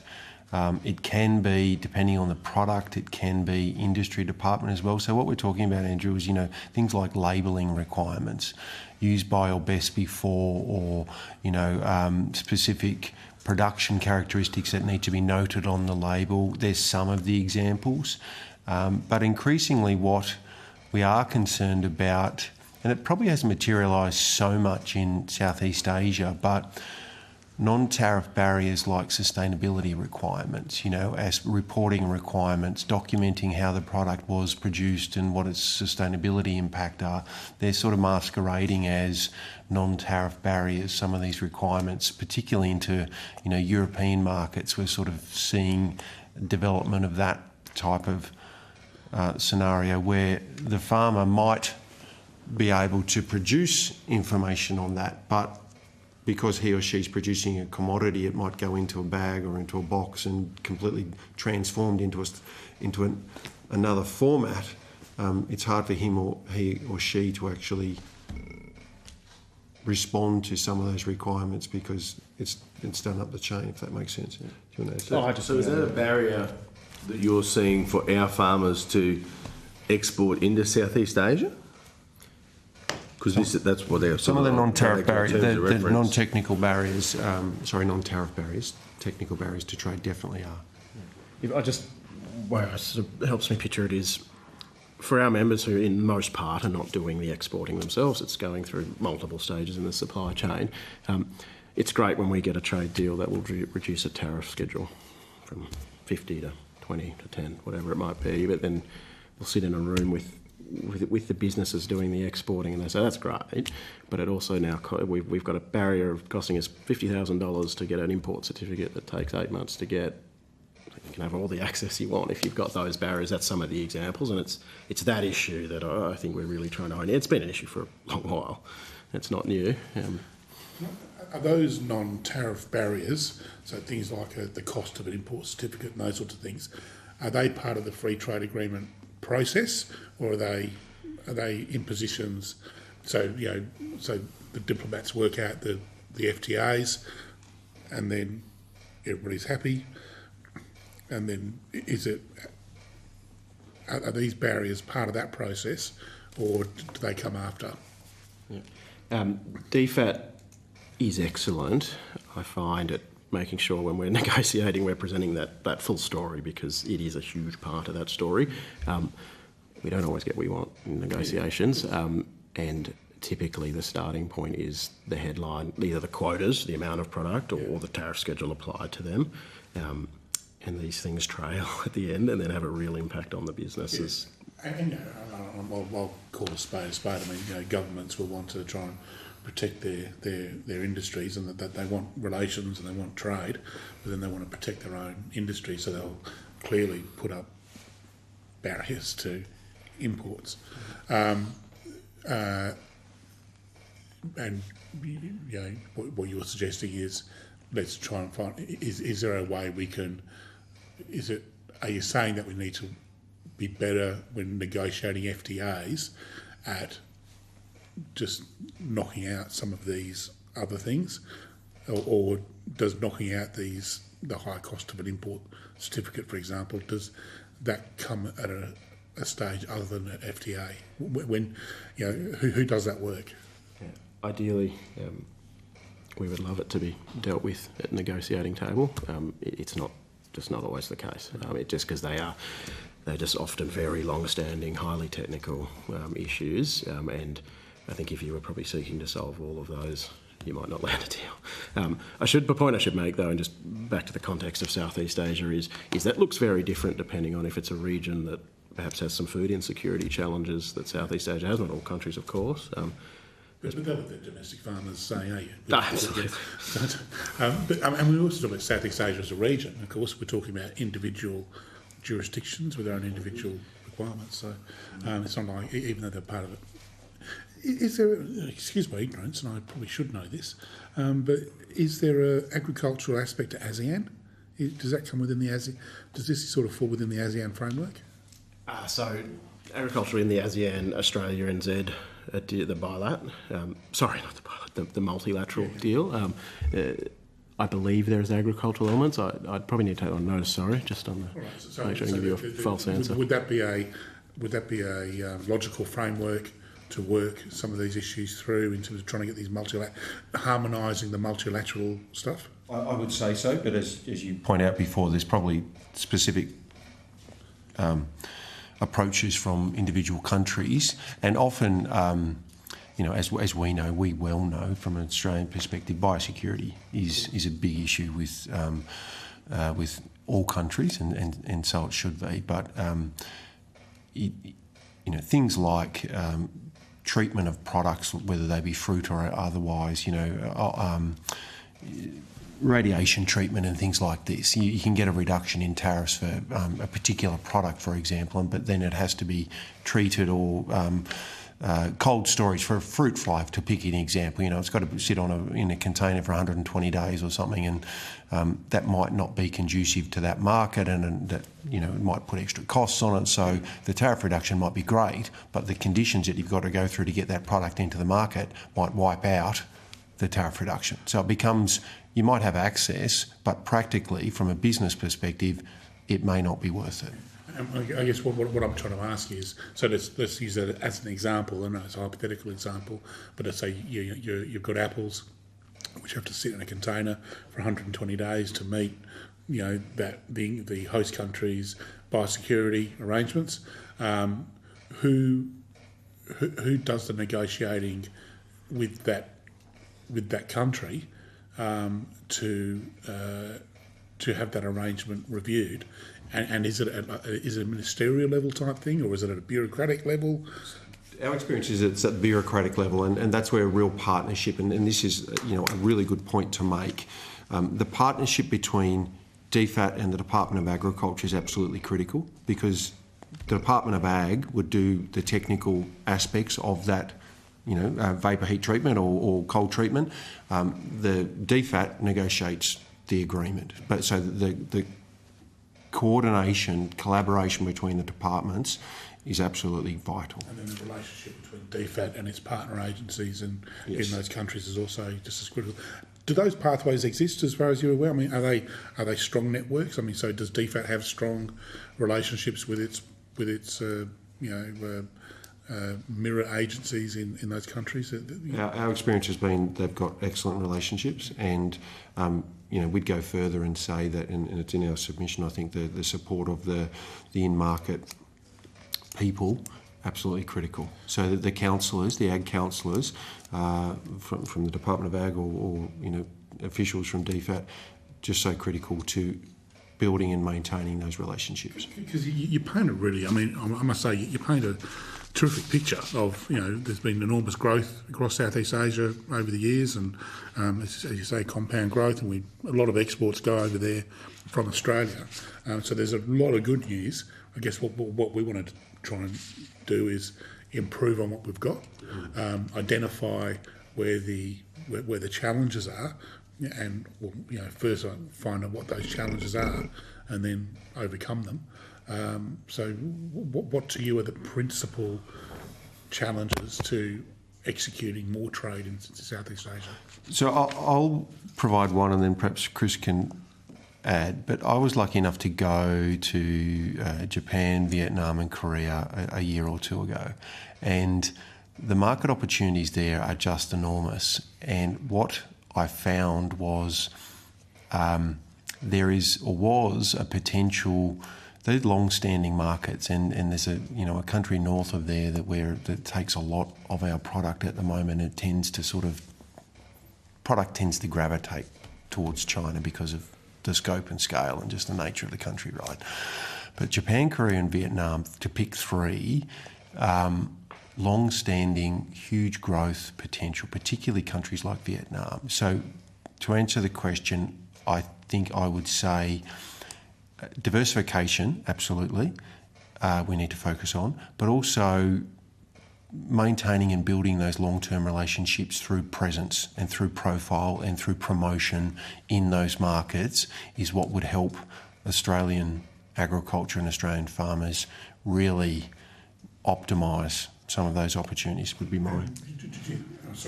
Oh, that's the only thing I'd add is I think the way I think about it is perhaps if we're looking for the key principled areas of what's important, surety of supply, a consistent, reliable trading partner, which by and large, if we get the tariff barriers away, the NTBs away, that'll sort itself out. Our sector is set up to do that. But that is important, particularly for the countries in Southeast Asia that have food insecurity challenges. That reliability of supply is an important element. And the countries I mentioned with the growth, all of those have food insecurity challenges as well. Vietnam, Indonesia, and then Tony mentions, and then longer-term relationships that we find with trading partners in the region. They want to build relationships. You just look at our exporters out of the north into Indonesia. Those industry organisations, those businesses are interlinked. So regularly we'll have our live export counterparts with a delegation of Indonesian counterparts. Some of the businesses have operating units in Indonesia, and so government's got that real role on the market access and the tariff barriers, and then I think we can work together with groups like ourselves on that relationship building and the two elements, perhaps as the secret. With this, Tony, you mentioned like Japan, Korea, Vietnam, and that sort of that's come up previously. And other evidence, I think CSIRO mentioned those three markets as well. But so we've clearly got long-standing arrangements with them. Is there anything that we're not doing at the moment that we should be doing, or is there something that we are doing that we should be doing more of? Like, do we need a desk, an envoy? Do we need, what is it that you think that we need to improve our penetration into those markets? I think the way I'd sum it up is just presence in there, and I think it does need to be an industry presence, it does need to be a government presence, and I think that would go a long way towards... So in a worst case scenario, let me try and answer it this way. In a worst case scenario, those three markets, just to pick them, the risk is that we forget about them. That is a worst case scenario, and China is an incredibly valuable market. What we've seen over the last decade or so is that diversification, and as Chris said, maintaining long-standing, reliable relationships is absolutely critical for agriculture. Producers being businesses, and Andrew knows all about this. People, follow price, and if a large market. What sort of job do you have as a representative body to convince your members that you don't always want to be chasing the short-term price signal, that you want to be looking at the longer-term security and hedging your bets with diversification? Yeah, well, we try not to tell them how to do business, but they just learn from experience, and point to experience, and diversification is in any business, the old saying of not having all your eggs in one basket is probably one last thing from me, and then I'll throw it to Andrew. You didn't mention Indonesia in your with those three. How are we doing enough in Indonesia? What more can we be doing? I mean, I see it just from my perspective. I see it as a massive market. It's right next to us. I don't think many Australians know much about Indonesia. Most Australians, would know more about China or Japan than they would know about Indonesia, and it's like literally on our doorstep. Indonesia should have been part of that conversation. It's absolutely enormous potential, an incredibly valuable, long-standing trading partner. Yeah, takes the most of our, just reminding myself on the table, he takes the most of our product in terms of export value in the region. Long-standing partner. Our agricultural councillors there are well established, do an excellent job, and we're all better off for it because there's opportunities there. Do you have a pathway? I know the Moore report talks more generally, obliquely about this, but do you have numbers in mind as to what you think is possible in terms of Indonesia or these other markets, if all things going well? I don't have a number, but I think that the opportunity is enormous. It is a big population with very close proximity that is rapidly changing, not dissimilar to other economies in Southeast Asia, but a huge opportunity. And to harness that, we need to do the things that you're saying, harmonisation, these other things. I'll throw to Mr Wilcox. Thanks, Chair. So I'd like to look at this through a fresh food lens, because no secret Australia's down here and the world's population's up here, but on the way we've got Southeast Asia and they've got plenty of people. So I want to help feed them. So where are we going with developing protocols to get into these countries? Because I've travelled these countries as well, and a lot of times, most times, where I go, people will say, yes, we'd love to take your product, we just can't get it in here. Mm-hmm.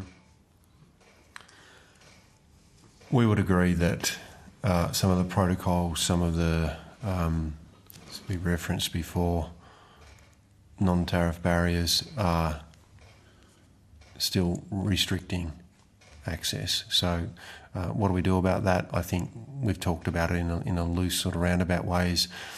More presence, more resource allocation.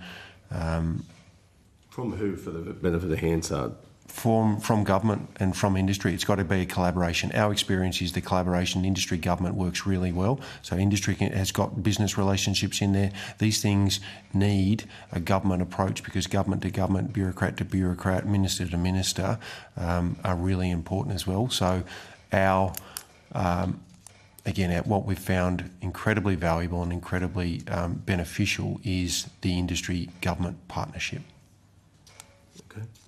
Just on the fresh food, the Hort, so Hort Innovation Australia, the RDC, along with, would be the same with most of our other RDCs, have a established market access division. I suspect most of the submissions here will say where there's opportunities to use to increase investment to those groups, the RDCs, who will have themselves some perhaps limited in-market presence, but they work really closely with DAF, the Department of Ag, and DFAT. If we could invest in them more, we absolutely should. Brian, thank you very much. Just to sort of follow on a little bit from what Andrew asked, logistics is critical in particularly the high-value perishable products, and we've got Ozveg coming in next. But what is the situation with logistics? I mean, I think the Qatar Airlines application kind of demonstrated the importance of the air freight situation, and certainly into the Middle East it's at capacity.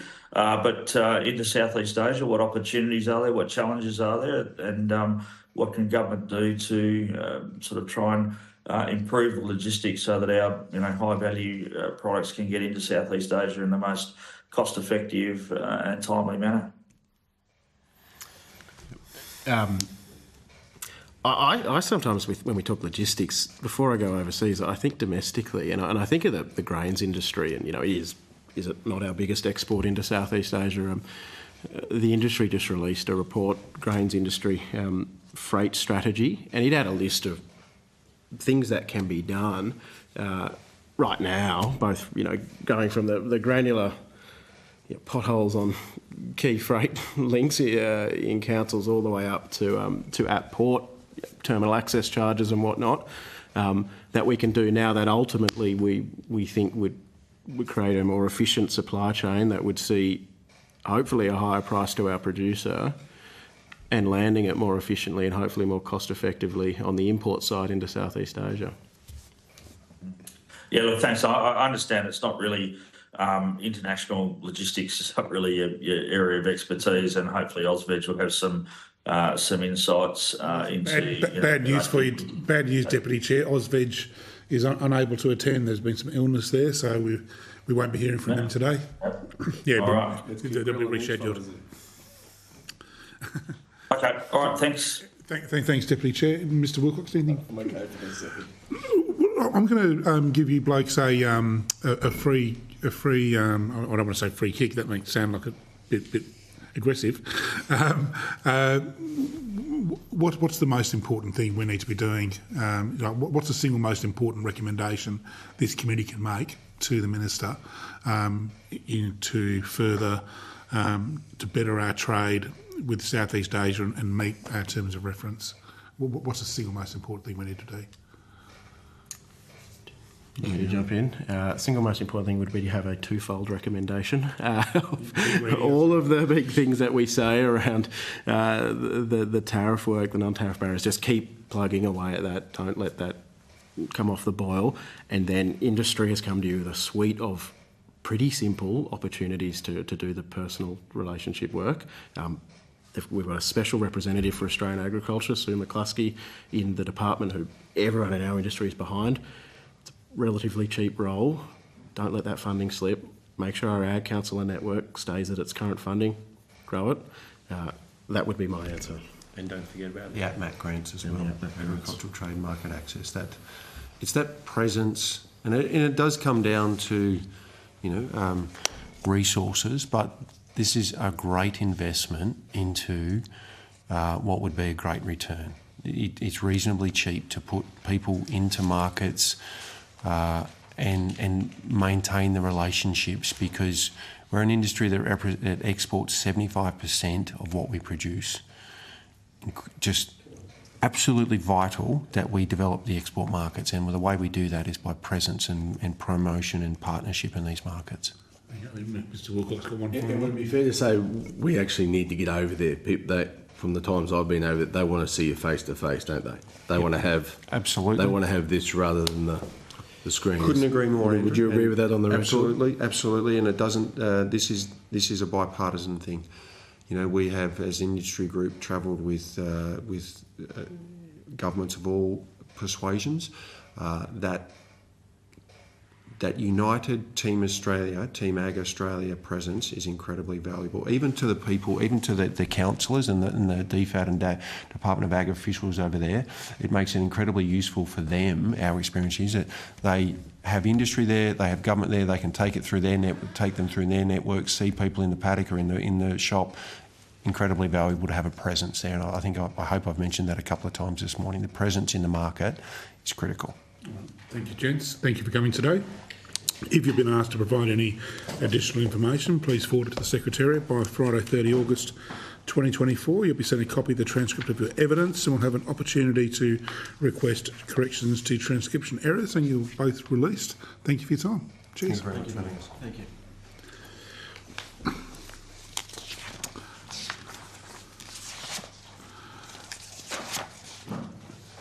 And I now welcome representatives of the grains industry to give evidence today. And I'll just note for the Hansard that we, in case...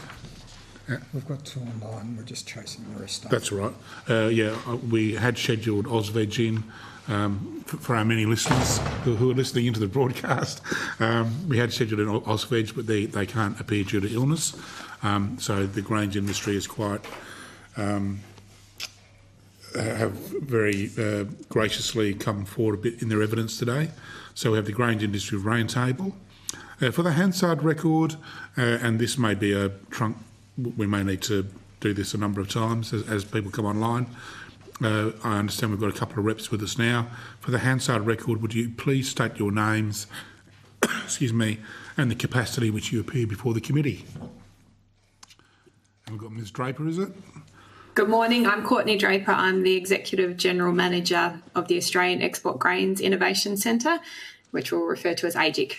Thank you, Ms. Draper. And Mr. Carter? Mr. Carter? No, you're on mute, Mr. Carter. Mr. Carter? My apologies. Good morning all. My name is Chris Carter. I'm Manager of Market and Sub-Team at AGIC as well, working with Courtney. Thank you. And we've got some more witnesses who are coming in. We're just taking names. If you wouldn't mind giving your names and capacity which you'll be before the committee. Annabelle McTeer. I'm the Policy Manager for Trade and Supply Chains at Grain Growers. Thank you, Ms. McTeer. Tim Ross. I'm Projects and Operations Manager for Grain Trade Australia. Thank you, Mr. Ross. And John Ackerman, General Manager, Trade and Market Access for Grains Australia. Thank you all. And I'd just like to say thank you again for coming a bit earlier than you'd anticipated. Much appreciated. This hearing is a legal proceeding of the Parliament. The giving of false or misleading evidence is a serious matter and may be regarded as a contempt of Parliament. The evidence given today will be recorded by Hansard and attracts parliamentary privilege. We will invite you each to make short opening statements, but we're just going to do our introductions. I'm Brian Mitchell, the Acting Chair. I'm the member for Lions in Tasmania. On the line we have... Rick Wilson, the Deputy Chair and member for O'Connor, which represents the largest, I think, wheat growing electorate in the country, and certainly the way the season's shaping up in most parts of my electorate, we're looking at a pretty decent season this coming year. So hopefully we'll have plenty of product to market, and particularly into Southeast Asia. Nice to see Rick smile. And Mr Wilcox. Andrew Wilcox, Federal Member for Dawson. So I'm located on the Queensland coast, sort of in the area between Mackay, wedge up into Townsville. And we now invite each of you to make a 3-minute opening statement if you wish. And I think Ms Draper was first on the line, so we'll go to you first, Ms Draper. Thank you. So AGIC is an independent organisation that helps position Australian grain as the preferred choice in international markets. And we do this in 4 key ways: by understanding the needs of our grains customers, by identifying and supporting grain market opportunities, educating customers on the benefits of Australian grain, and innovating to develop new solutions and high-value uses. So this in turn helps the Australian grains industry breed, classify, grow, and supply grain that our markets prefer. Our primary beneficiaries are the Australian grain growers, and the impact of our work spans the whole grain supply chain, from the grower, whose grain is valued internationally, to the consumer, who enjoys excellent noodles, baked products and beer made from Australian grain. We are an initiative of the Western Australian Government and Grains Australia, and we have a representative from Grains Australia, John Ackerman, joining us today. I wanted to highlight 2 key areas which we submitted on with respect to the inquiry. One was around how the government can support the ag and food industries, particularly the grains sector. So obviously Southeast Asia is a very vital market for Australian grains, and continued engagement with the customers of grains is crucial to maintaining and growing those exports in the region for the benefit of both the Australian industry and, importantly, our customers in that market.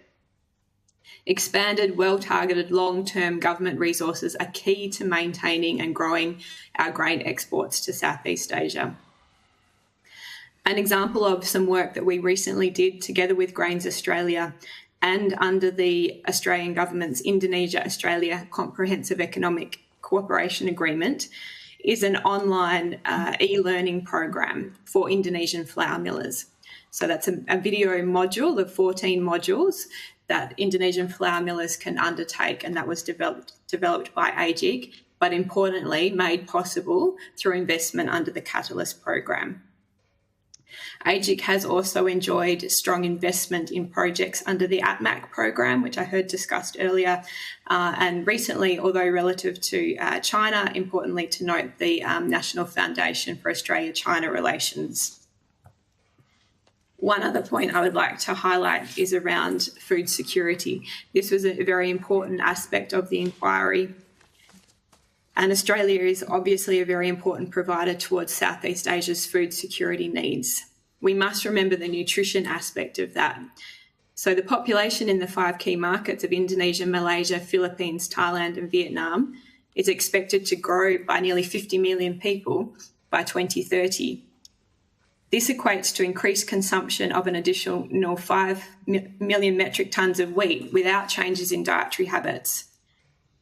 For us, the nutrition element of food security is essential, and working together with government and relevant bodies in educating the market on grains and its essential elements to secure food security and nutrition for the market is important, not only as a food source, but also as a feed source for meat protein.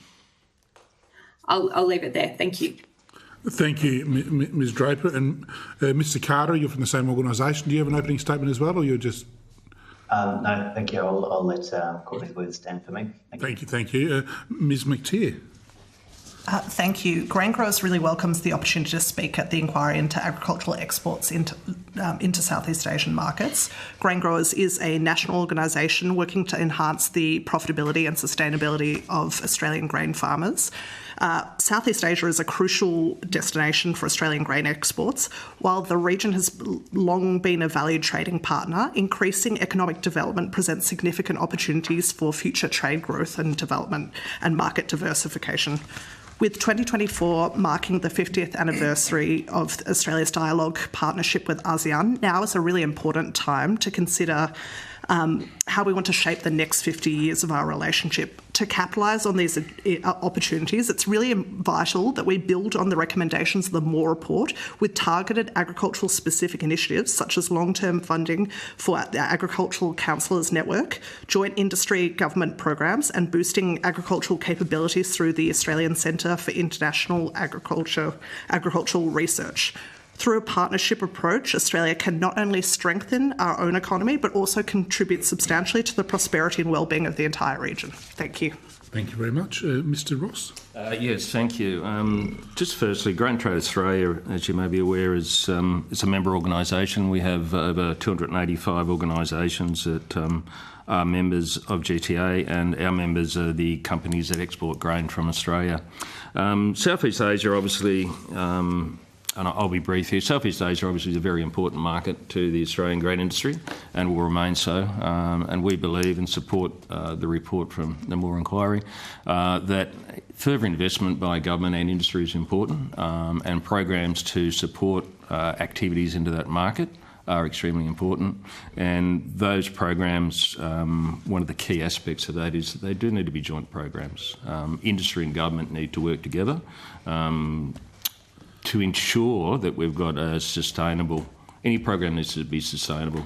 Industry will carry a program, whereas government on occasions can put a program in, but it may fall over in 3 or 4 years' time due to changes of staff or changes of strategy. So it's important that whatever we set up is a joint initiative between government and industry, and that we work on that together, and so that we've got a sustainable programs. Thank you. Thank you. And Dr Ackerman? Yes, thank you. Good morning. As I mentioned before, I'm the General Manager of Trade and Market Access for Grains Australia. We are an initiative of the Grains Research and Development Corporation, GRDC, and our purpose is to manage classification, market access matters, market insights and market education, working closely with AGIC to enhance competitiveness and profitability for the grains industry. With regards to Southeast Asia specifically, it's a region of significant importance to us.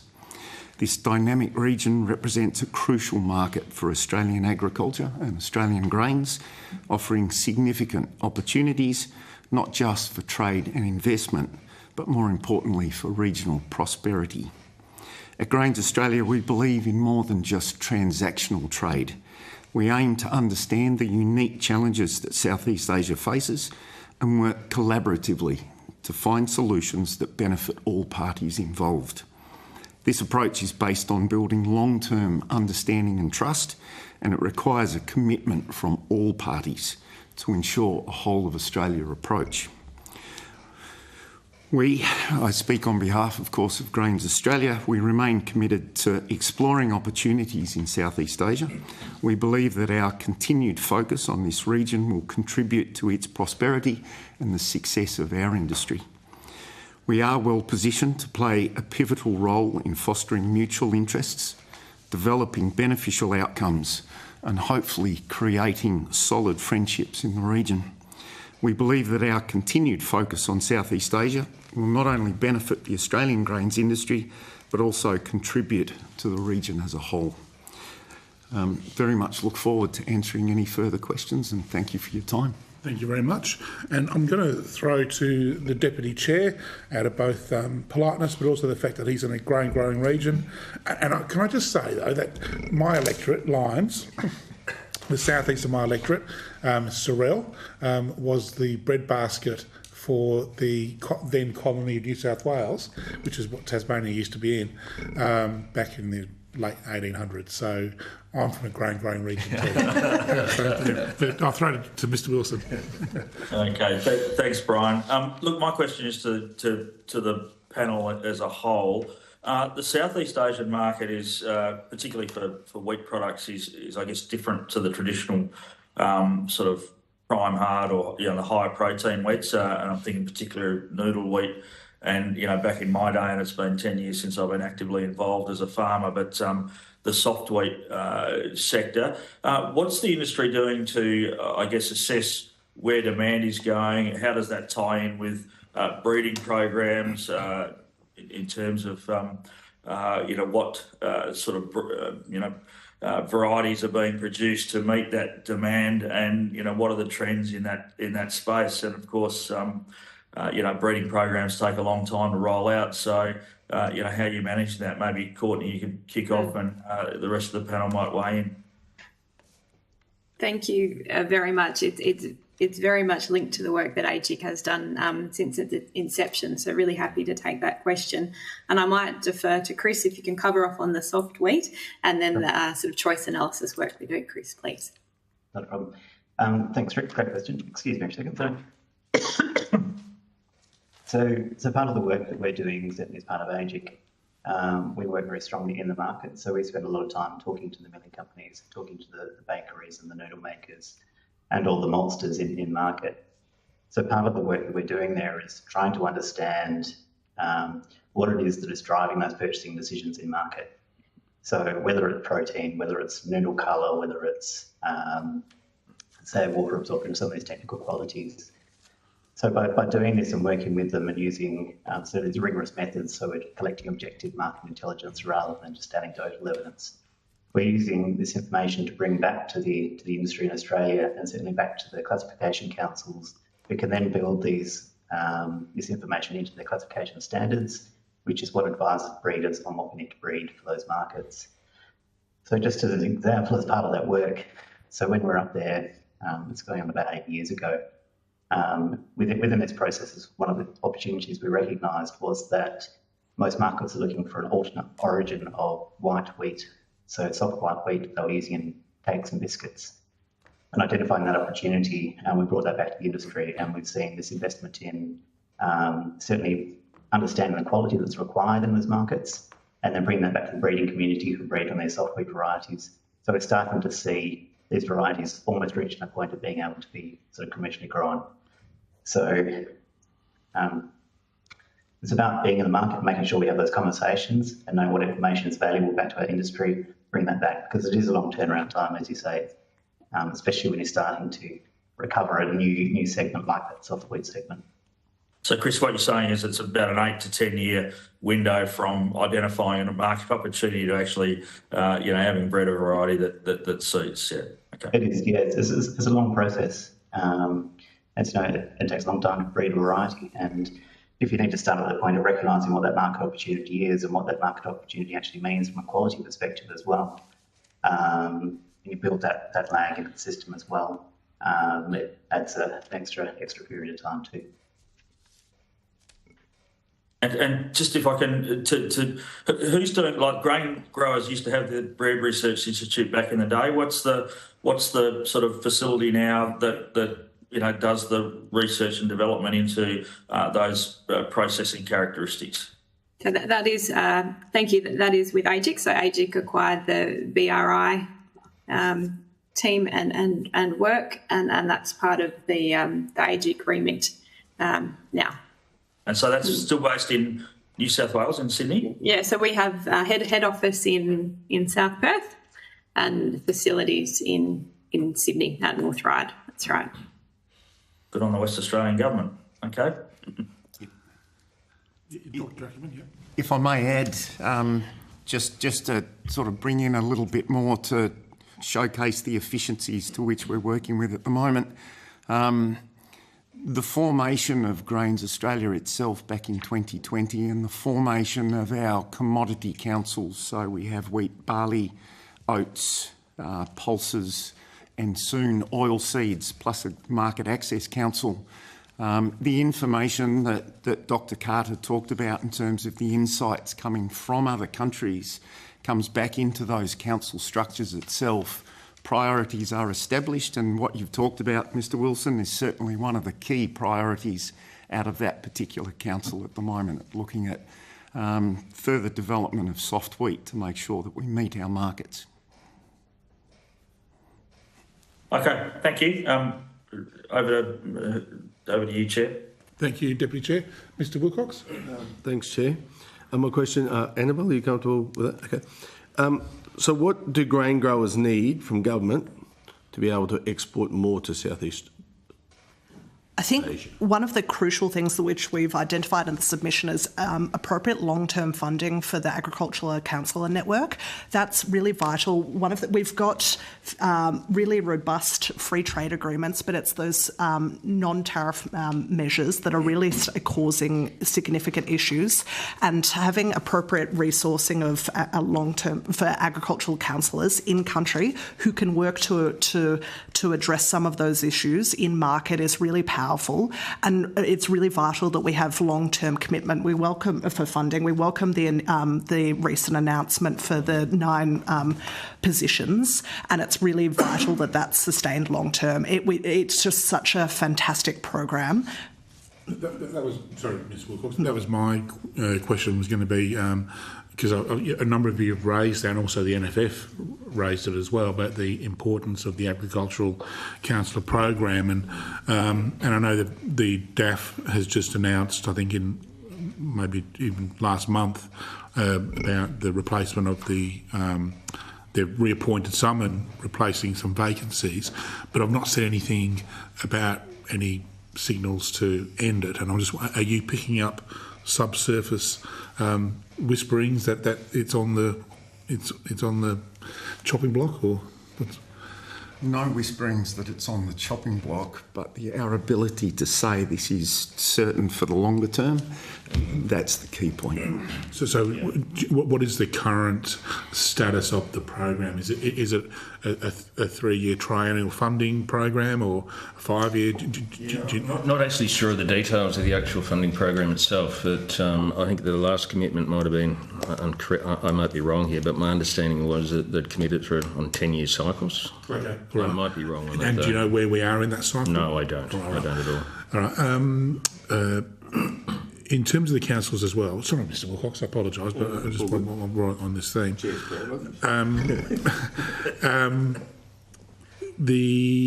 Because what I'm hearing from yourselves, and as I say, the NFF and others, is that this program really works.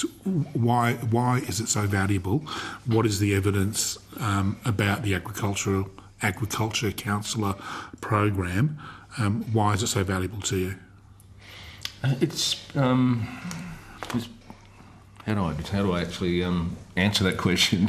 The key thing really, having boots on the ground is just critically important, and having people that actually know counterparts within the governments that they're working with is also critically important, because if you have an issue, the first thing you need to be able to do is to actually know who to go to actually have that conversation, to actually attempt to correct that issue.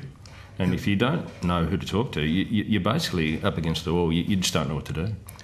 I think also it's the unique expertise they bring, because agriculture is a very complex industry, and I know from speaking to diplomatic staff that they really rely on the nuanced information as well, in addition to the other benefits. But to be able to have an expert embedded within the embassies, I think is really vital, because it's very easy to misunderstand and not understand the nuance, like very technical. It's often very technical issues, so we really to have that as an immediate resource is vital. Yeah, a couple of supporting points that my colleagues have made, and I possibly have a slight bias on this myself. I probably should have introduced in my opening statement that I had actually spent 17 years living in Southeast Asia itself before coming back to Australia in 2022.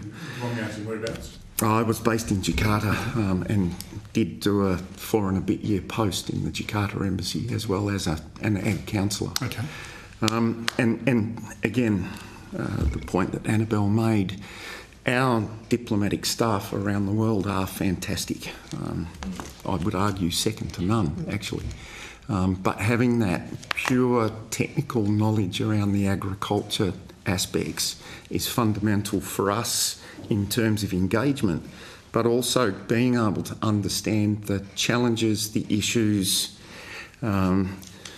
the forecasting and the desires of our partnering countries to be able to bring that back to tell us exactly where things they think are going.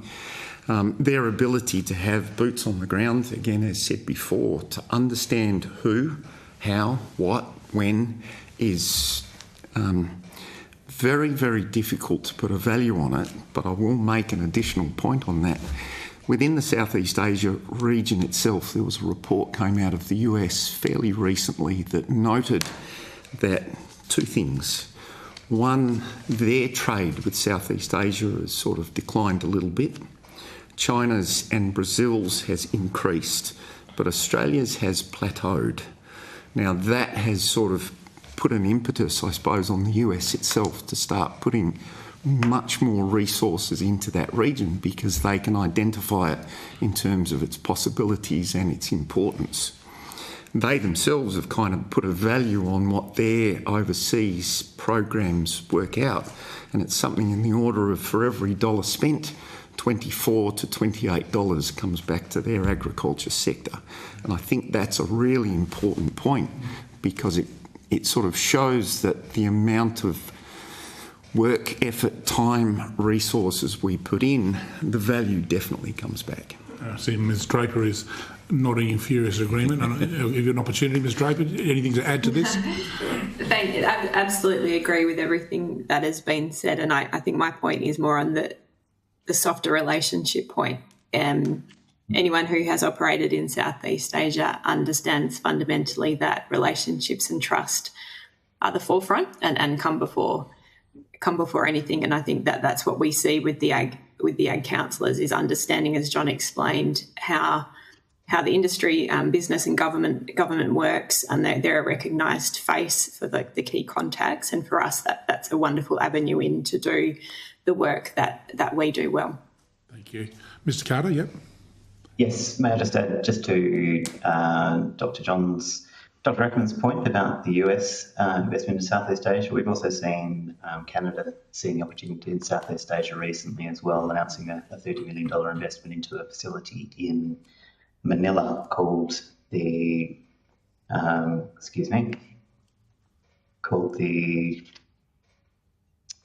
Indo-Pacific Agriculture and Agri-Food Office. So a $30 million investment in boosting their trade going into the Southeast Asian region as well.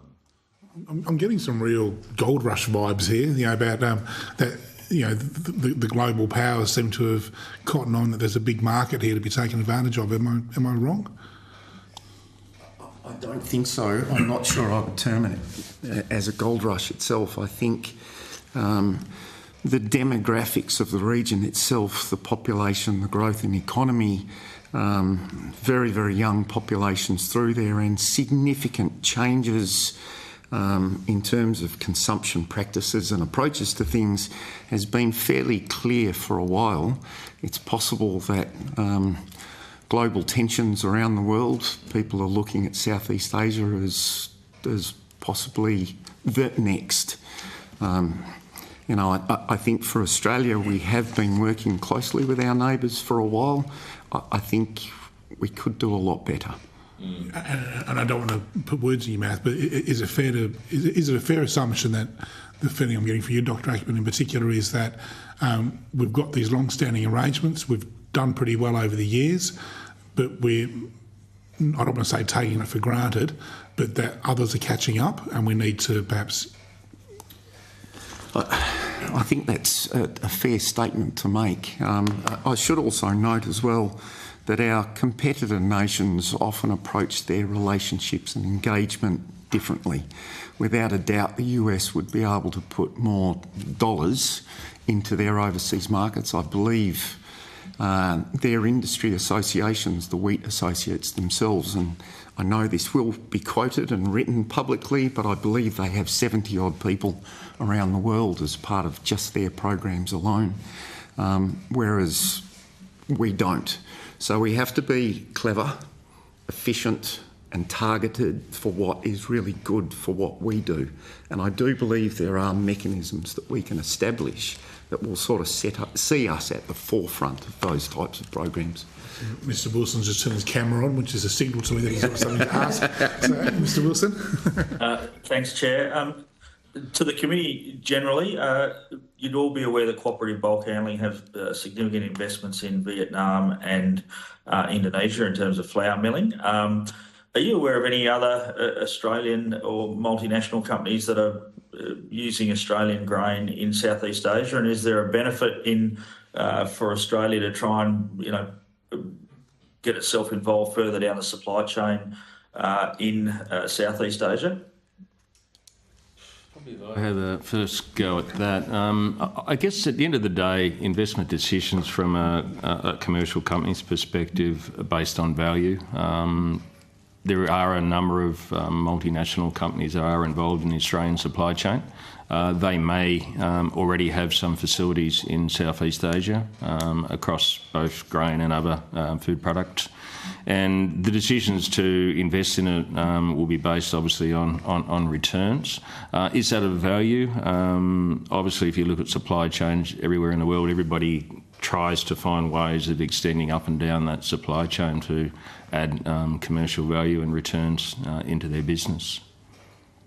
Thank you. Can I just more broadly, and you're absolutely right, and it was the question was just kind of throw it out there in terms of the benefit, I guess, of being involved in the supply chain and getting maybe better market feedback, and you're obviously getting much closer to your end users, which are the bakers or the noodle makers in those countries. So I just generally, from anyone else in the committee, want to make a comment on the benefits of being involved in the supply chain? If I can add, and I'd probably throw to Dr. Carter for a fact and a figure shortly. I think it's actually a really good point, Mr. Wilson. It is essential that we get involved, but that involvement doesn't necessarily mean investment. As Tim's outlined before, that's a commercial decision, and of course the value versus the risk is something that individual companies would need to weigh up. But I think there's a really important aspect about being involved in it from a technical capacity service provision approach to things. And I mentioned before where Australia is particularly good at aspects, we are considered, dare I use the term, experts in things. We have significant recognition through the region that we are able to provide technical support, capacity and input, be it training, education, information aspects, and I think that's where we could probably do more. From the figure or aspect, one of the things Dr. Carter has been working on is we often talk from an Australian agriculture perspective, be it industry or government, about trade outside of Australia. Obviously, it's particularly important to agriculture, but we tend to focus on it. And that in itself can be a particular challenge when we are engaging with Southeast Asia, because they are necessarily looking for investment. And that means infrastructure itself, a lot of other aspects. But being able to provide the knowledge, understanding and capacity, but really importantly, the benefit of the supply chains within our countries is the important part. And Dr. Carter has actually calculated the benefit to Indonesia in terms of our wheat trade specifically to Indonesia, which averages about 1.2 billion to 1.6 billion for Australia. But for Indonesia, Dr. Carter? Yeah, so when you look at using sort of value chain modelling principles, so the additional value going into the Indonesian economy from that Australian trade is, I think it's around about 4 billion. It's about 4 to 1 return from that sort of 1 billion figure that John is quoting there. Just in terms of that investment going into those markets and those relationships and investing in those relationships, I can probably pull together an example that we've seen recently, actually. Not directly with Southeast Asia, but certainly the Chinese market when we had the barley tariffs, the imposition of the barley tariffs that were dropped in August last year. So we've invested during that period where we couldn't get into the Chinese market. We invested quite heavily in maintaining a relationship at a technical level, so making sure that we were still talking with the maltsters, still talking with the industry at an industry level in that Chinese market, which meant that once those tariffs were dropped, we still had those relationships, still had those commercial relationships, and the flow of grain, raw barley back into China after the release of those tariffs has been at almost record levels. And we've still maintained that high level of engagement with the market. We've had several missions up there recently and been really welcomed back into that market. So in terms of that long-term investment to maintain those relationships at that industry level, that's really critical, making sure that we can talk to people on that basis and be renowned for their expertise at that technical level. So who funds that capacity building, which is what we're really talking about here? Obviously from Grain Trade Australia's perspective, the private traders are not necessarily going to go and invest money in markets where they don't, have an interest. Or, who is funding that? Is AGIC, have a budget for that sort of stuff? We so that's the sort of work that we consider in that industry good space. So some AGIC investment is there, but really it really has come about because of some federal government investment through the NFACR program and through the APMAC program, and support through Grains Australia. NFACR program, sorry. National Foundation for Australia-China Relations. It's a unit under DFAT. Okay, so that's specific to China, not that's specific to China. But the APMAC program, which I know we've mentioned previously, had supported much of our work, also into Southeast Asia on the feed side. So that sort of technical engagement, I would say, is very much made possible through industry investment and also government investment. Okay, thank you. Thanks, Deputy Chair. And Mr Wilcox? Thank you. So I believe there's been huge growth of grain in this market, the Southeast Asian market. That's correct? So do we see that trajectory continuing? And if not, what threats potentially are we going to get and where are they going to come from? That's a very good question, Mr Wilcox. We've certainly seen the market grow, and forecasts are that the market will continue to have growth, and probably especially in the feed grains area. We're expecting, and again, it comes back to the demographics of Southeast Asia, that their markets are changing, their diets are changing, and as a result, they're probably feeding more animals, and as a result, we'd see some growth in the feed grains into these areas. And would expect that, we did put some figures in here, I couldn't give them to you off the top of my head, but we are expecting growth in that feed market. And Australia is fairly well positioned to actually meet that market. But obviously we also have competitors from the US, we have competitors from the Black Sea countries. US corn works its way into that area as well. So we'll have to be on our program to make sure that we benefit from that growth from an Australian perspective. Certainly you asked a question about breeding earlier. We're looking at introducing more of probably a feed grain style of grain into the Australian production to help capture that market, and to also at the same time obviously increase yields and benefit and margins for growers. So yes, we see it growing, and we hope to capture as much of that growth as we can. Can I just jump in on that point, on Mr Wilcox's point about what growth potential? I think it was Ms Draper, in your introductory statement, Ms Draper, you mentioned a $50 million population increase by 2030, and I think you mentioned that will require a 5 million metric tonne increase even if food habits don't change. Was that Ms Draper or yourself? It was Ms Draper. That was me, based very heavily on advice from Dr. Carter. So, Chris, if there's anything you wanted to add to that. My question out of that was, Mr Ross has just mentioned he sees a lot of the growth being in feed rather than in human, consumption food. Does that 5 million metric tonne increase include feed for livestock, or is that just human consumption? I am very safely assuming it's both, but I'd like to take that one on notice and we can clarify. If you wouldn't, if you wouldn't mind, because I think that because that could be an interesting distinction if it doesn't. That was all. I just wanted to clarify that point. Sorry, please.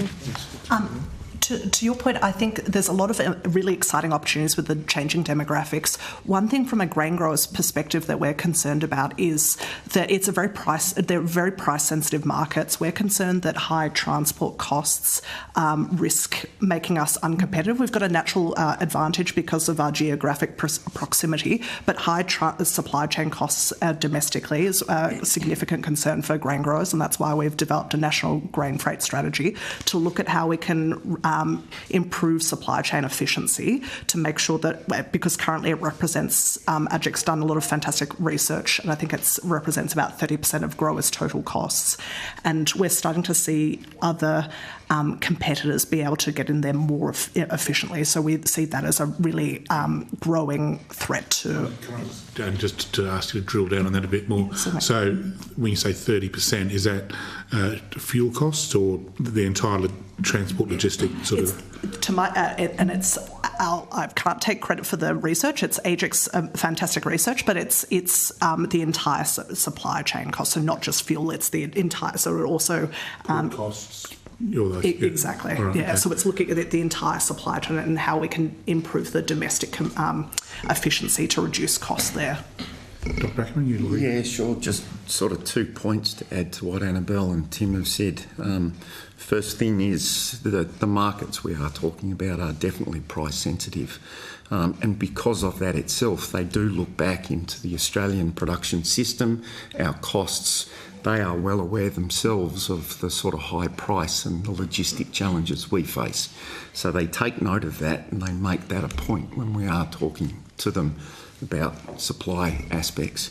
The second one, just on the point that Tim was making, feed definitely has opportunities across, land-based livestock, aquaculture, fisheries as well, and some real opportunities there to open up, which will need some work, effort, time, resources, etc.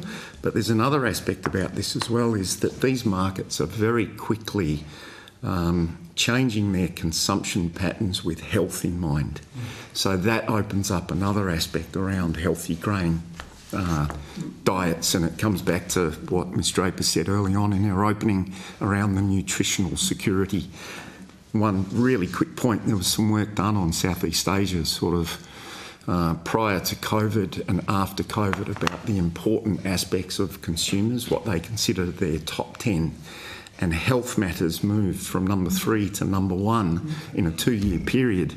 And this is particular to Southeast Asia, and it's something or other I've heard their leaders talk about, is that they often leapfrog. Developed nations build on particular things through time. It's not uncharacteristic of Southeast Asian nations to potentially look as if they're not reacting to something and then all of a sudden they're ahead of everyone else.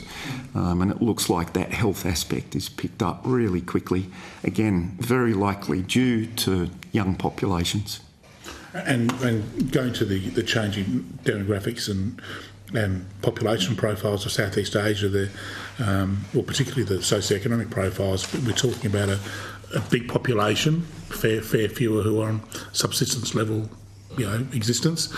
There's a fairly big and growing middle class, which I expect is definitely still price sensitive, but there are other factors which come into play which guide their purchasing decisions. So it's fair to say that most of the grains export into Southeast Asia is commodity. How much of it is processed? Once it arrives. Do we export processed grain into products? No, not really. Is there potential there for Australian-made processed goods? It's a good question. I'd have to take that on notice and probably defer that to some of our feed grain processors, whether they can potentially manufacture feed products in Australia and then export that at a value. The value and whether it's allowed under agreements and everything else. Yeah. All right. Sorry, Mr. Wilcox. Sure. Thank you, Chair. Mr. Rossen, earlier evidence you were talking about what you'd like to see is some more investment and some more activities. Could we just unpack that a little bit? What do you exactly mean by that? And what would you like to see, and what areas Probably, I think it's been mentioned a few times that we've got a natural advantage through our supply chain around the technical support that we can give through AGIC and organisations such as that in the industry good space, where we can work with the end users, and it provides us an opportunity to allow them to see within our supply chain that we've got a very good supply chain. It's been built up over a number of years. It's sustainable. It can be matched against probably any other supply chain globally, and from an environmental perspective, it's probably up there with probably the top supply chain. And so it's getting people to understand what we have in Australia, how our systems work, how our supply chain works, how farmers work, the care that farmers take in actually producing their crop, the care they take with chemicals, and the fact that we have systems in processes in place with the government where we review things like chemical residues, weed seeds that we grow, and ensure that the product that we're sending overseas is as good as we can potentially make it. So that's sort of the key thing. It's really continuing that, making more programs available to allow our import countries to understand that better. Do you know because I mentioned the buyers of the commodity, the importers, the argument we've made that Australian grain is good quality, can be trusted, and so that all comes into play. But in terms of the end consumer, so it gets imported into a Southeast Asian country, and then it gets shipped off to a manufacturer or processor, made into a baked good. Is there a value for the consumer in knowing that has been made from an Australian grain? Is there value in that? And should that we be doing more work to market that?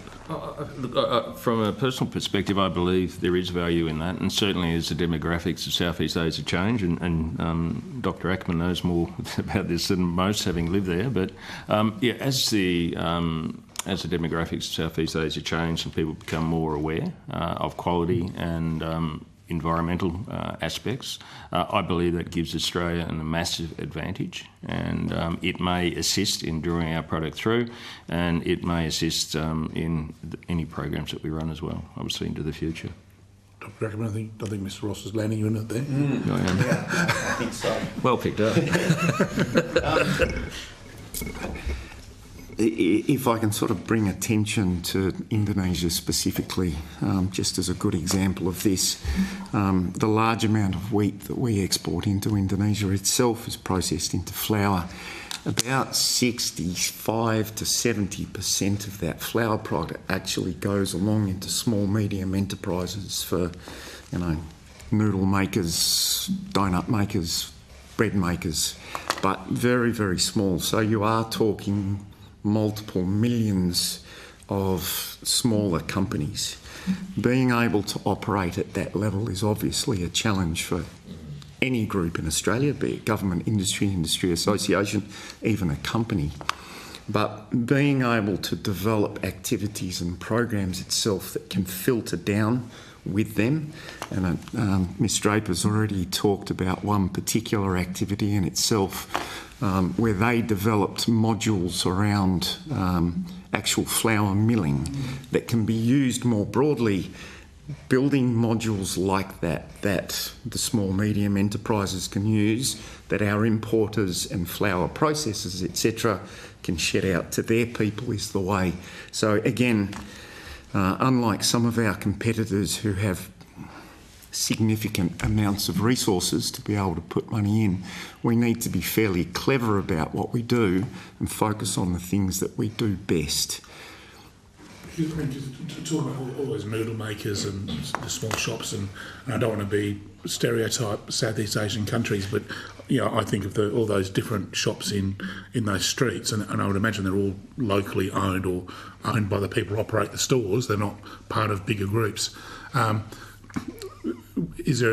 Can there be a marketing campaign, or should there be a marketing campaign to get to that level, to put not pressure, but to encourage or incentivise those people to go to wherever they purchase their flour from, to say, look, I really want to buy Australian flour, not Canadian flour or US flour, or, you know, is that where we should do some more work?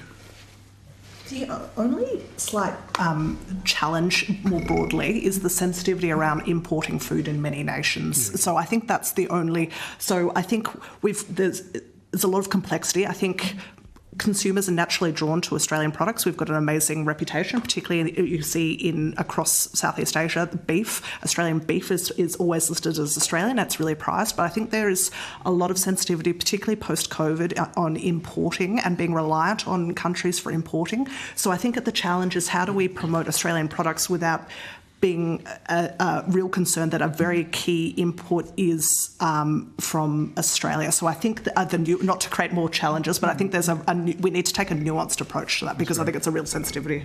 Ms. Draper, you said we're nodding. Yeah, no, thank you. I'll also ask Dr. Carter to add in.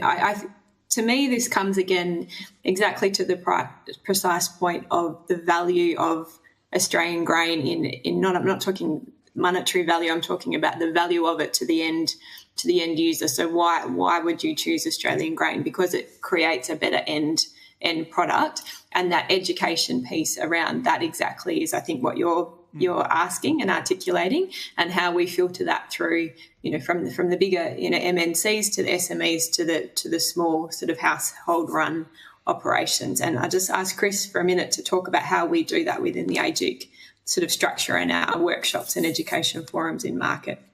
Sure. Thanks, Courtney.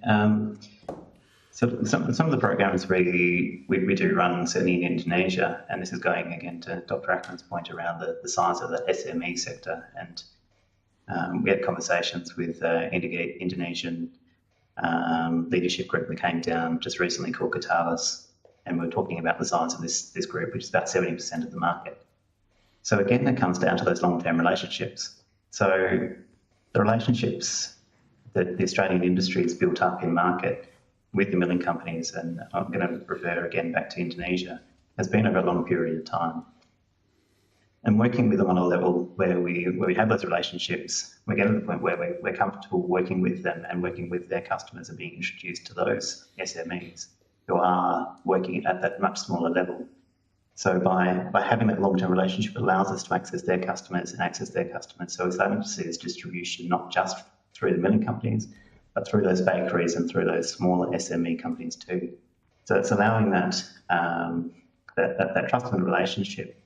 So when we do bring in some of the education pieces, which again refer to some of AGIC's work, but also we bring in other work from other stakeholders through the Australian industry, it allows those distribution channels to be coming from that top down and be sent through those channels with these electronic products, which can get much broader distribution than when we have 2 or 3 people in market, because as Dr. Ackman says, there's far too many of them to be able to touch each individual SME. So it is the strength of those relationships built up over a long period of time that allow us that broader reach into these markets. And I'm just thinking of the soft power potential there is immense. I mean, if you're getting down to that micro level and building those relationships, not just with grain people, but Australians to people from Vietnam or Indonesia, wherever it is. I mean, that's at that street level. That's incredible. All right, Dr. Ackman. Just add on that particular point as well, Chair. One thing, I suppose the difference between grains as a commodity itself compared to some of the other agriculture exports out of Australia is we rarely have an Australian flag on a grains product on a table in a restaurant. So ensuring that we actually target where we're going to get that benefit, as Ms. Draper said, it is that education piece. If people can actually work out that utilising the flour that is made from Australian grains or using Australian grains to make flour, they actually have a better value proposition, then we're already halfway there. But again, that takes a fair amount of resources. If I can as well, I just wanted to come back to Mr. Wilcox's question before about sort of some of the things we could be doing a little more of, and whilst I'm sure all of our submissions provided a whole range of things for you, to consider. Let's get them on the record here, Doctor. Yeah, so there's two key things that I suppose outside of what we have been discussing at the moment, and one of that is to improve the sort of Southeast Asian business acumen for agriculture sector here. Despite my time in Southeast Asia over a 17-year period, it still sort of fascinates me how little we know or understand. There's lots of people travel in, have 3-day meetings, come out again, think that it will happen at that point. But it takes personal relationships, understanding and trust being built first. So getting that sort of awareness is an important one. But secondly, and this does come back to what everybody has said to date, supporting industry development of in-country agriculture-focused research, education and training programs. That's where I think Australia has the benefits and abilities and expertise to be able to differentiate ourselves. Thank you. Mr. Wilcox, anything further from you? Well, my question was that you guys actually seem to be pretty well organised. So I was going to say, is there any other industries that we could actually leverage of your experience, because we want to develop a trade across the board with Southeast Asia, but then the good doctor just said we could do all these other things. So, what are your thoughts? I'd like to focus on grains. Having said that, I think there are definitely benefits. I think key to the approach, and I believe all of us have said it at some particular point, is there does have to be a whole of Australia approach towards our engagement with Southeast Asia. That's not just government, and it's not just industry, and it's not necessarily just grains either. I think there is benefit in all of us working together. There's another activity that in itself would take resources, time, effort. We're all very busy on our focused aspects. Being able to work together as a body. I just wondered, was there an opportunity? That was. I wasn't being flippant. I just thought. May I touch on 2 points that were identified in the Moore report that I think need to be actioned? And this is looking at the overall relationship, not just from a grains perspective. I think one of the priorities that I identified was building Asian literacy. I think that, and it was noted that we need a whole of Australia approach to building Asian literacy. Sorry, just say Asian literacy in Australia? In Australia, yes, sorry, that was one of the recommendations of the Moore report. One of the stats I found was that despite it being having historically been a priority, in 2022 only 560 Australian students studied Southeast Asian languages as part of a university degree. So we've really got a lack of, and there's very limited places that you can now study that. Despite having really significant diaspora, it's actually incredibly hard to get formal training in some of those subjects. So I think that really needs to be a priority. It's been identified, but I haven't seen that being acted on. I think that's really vital. I think the second one that was identified as part of the Moore report that I thought was really vital is how we better engage with the existing diaspora and how we formalise that. Another one is how we engage with the really incredible education links that we have between the regions. We have a lot of alumni who have studied here or who then have moved back to Southeast Asia or have studied at Australian institutions. I met a number of people who who are involved in small organisations that promote in Vietnam who had studied at Australian universities and they're really keen to champion Australia at a local level, but I think how do we harness that in a more effective way, I think would be really powerful. Well, we had a particular well-known Chinese politician who studied at UTAS, and that's been both good for Australia and also shown in recent years that doesn't necessarily help sometimes, but it's probably more of a help than an hindrance. That's Chair, can I have one to Mr. Ross? You go for your life. Thank you, Chair. So we've touched on the people a fair bit. So how important is direct investment into Southeast Asia for the future of the grain industry? It's a good question. Probably a difficult one to answer as well. Do we need direct investment from an Australian Inc. perspective in Southeast Asia? I'm not sure. Okay. Supply chains Supply chains are very good at finding their way, and people within those supply chains are normally the ones who are probably best to make investments. Is there any assistance they need to make investments that potentially could come from an Australian company or from an Australian group that may add some value? Yes, there probably is. What they are, I couldn't tell you that, I must admit. But like any supply chains, the critical thing with supply chains are operational efficiency and good capital investment. So if we've got a consistent supply chain running into a specific part of Southeast Asia, we're constantly going to one port, we're constantly going to one or two mills.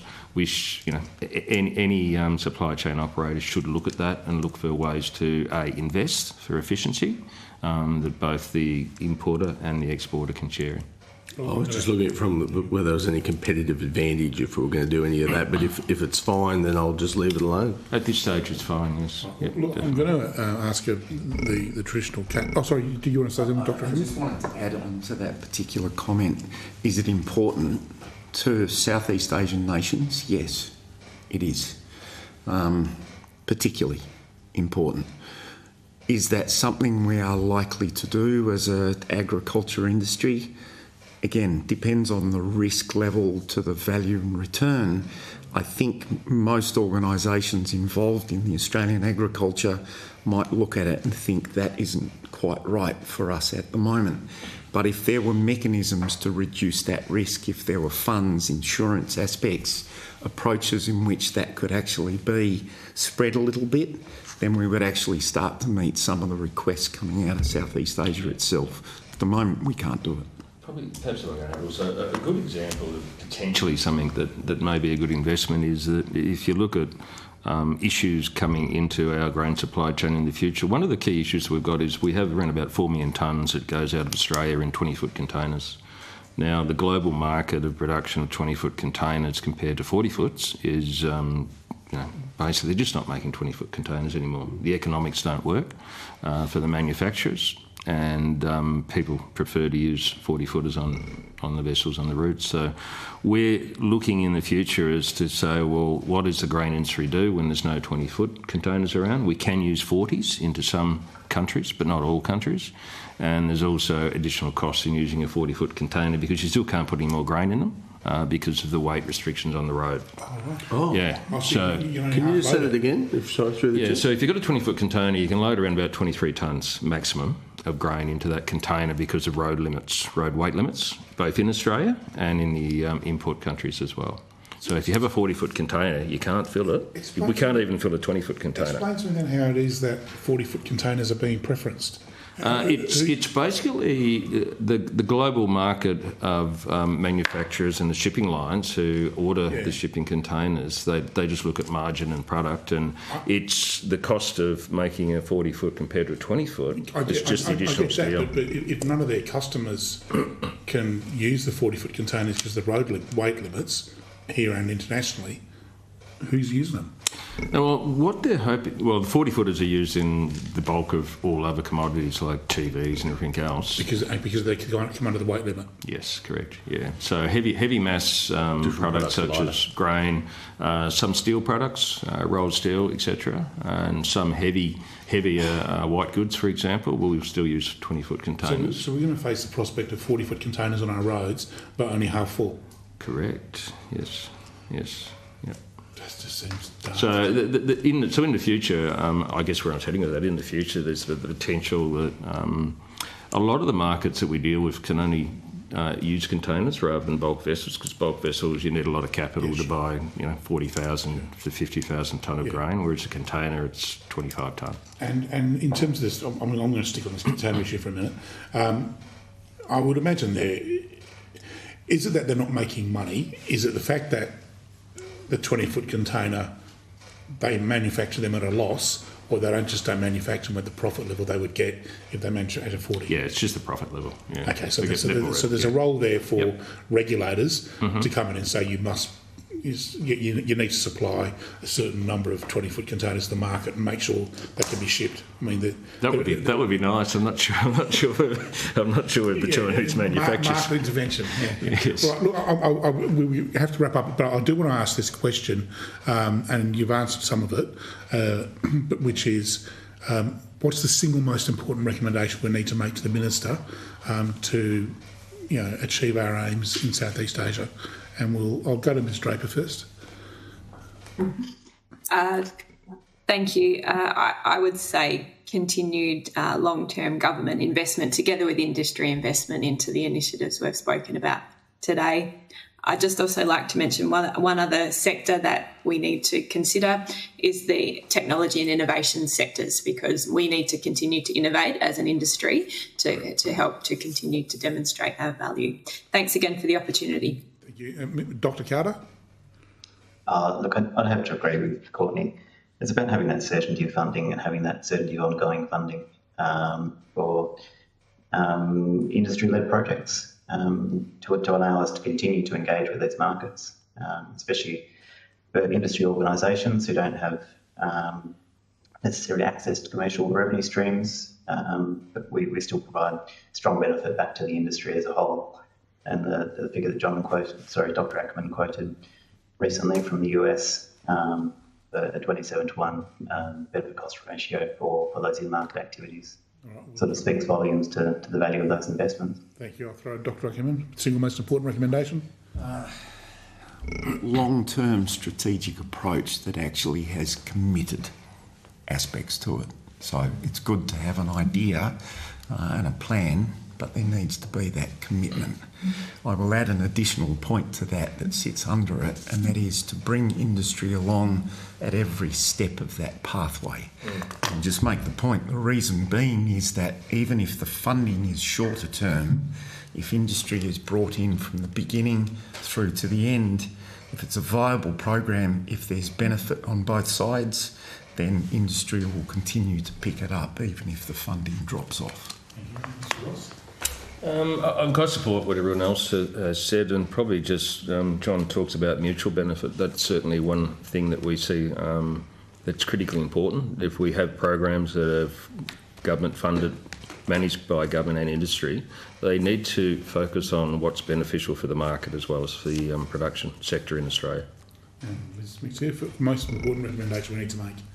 In addition to all of those that everyone's recommended, long-term sustainable funding for Agricultural Council and Network, definitely. Thank you. I think, Mr. Wilson, you're back on the line. Do you have a final thing you want to add before we go? I'd like to thank our witnesses and guests for a really interesting and enlightening discussion. Has been.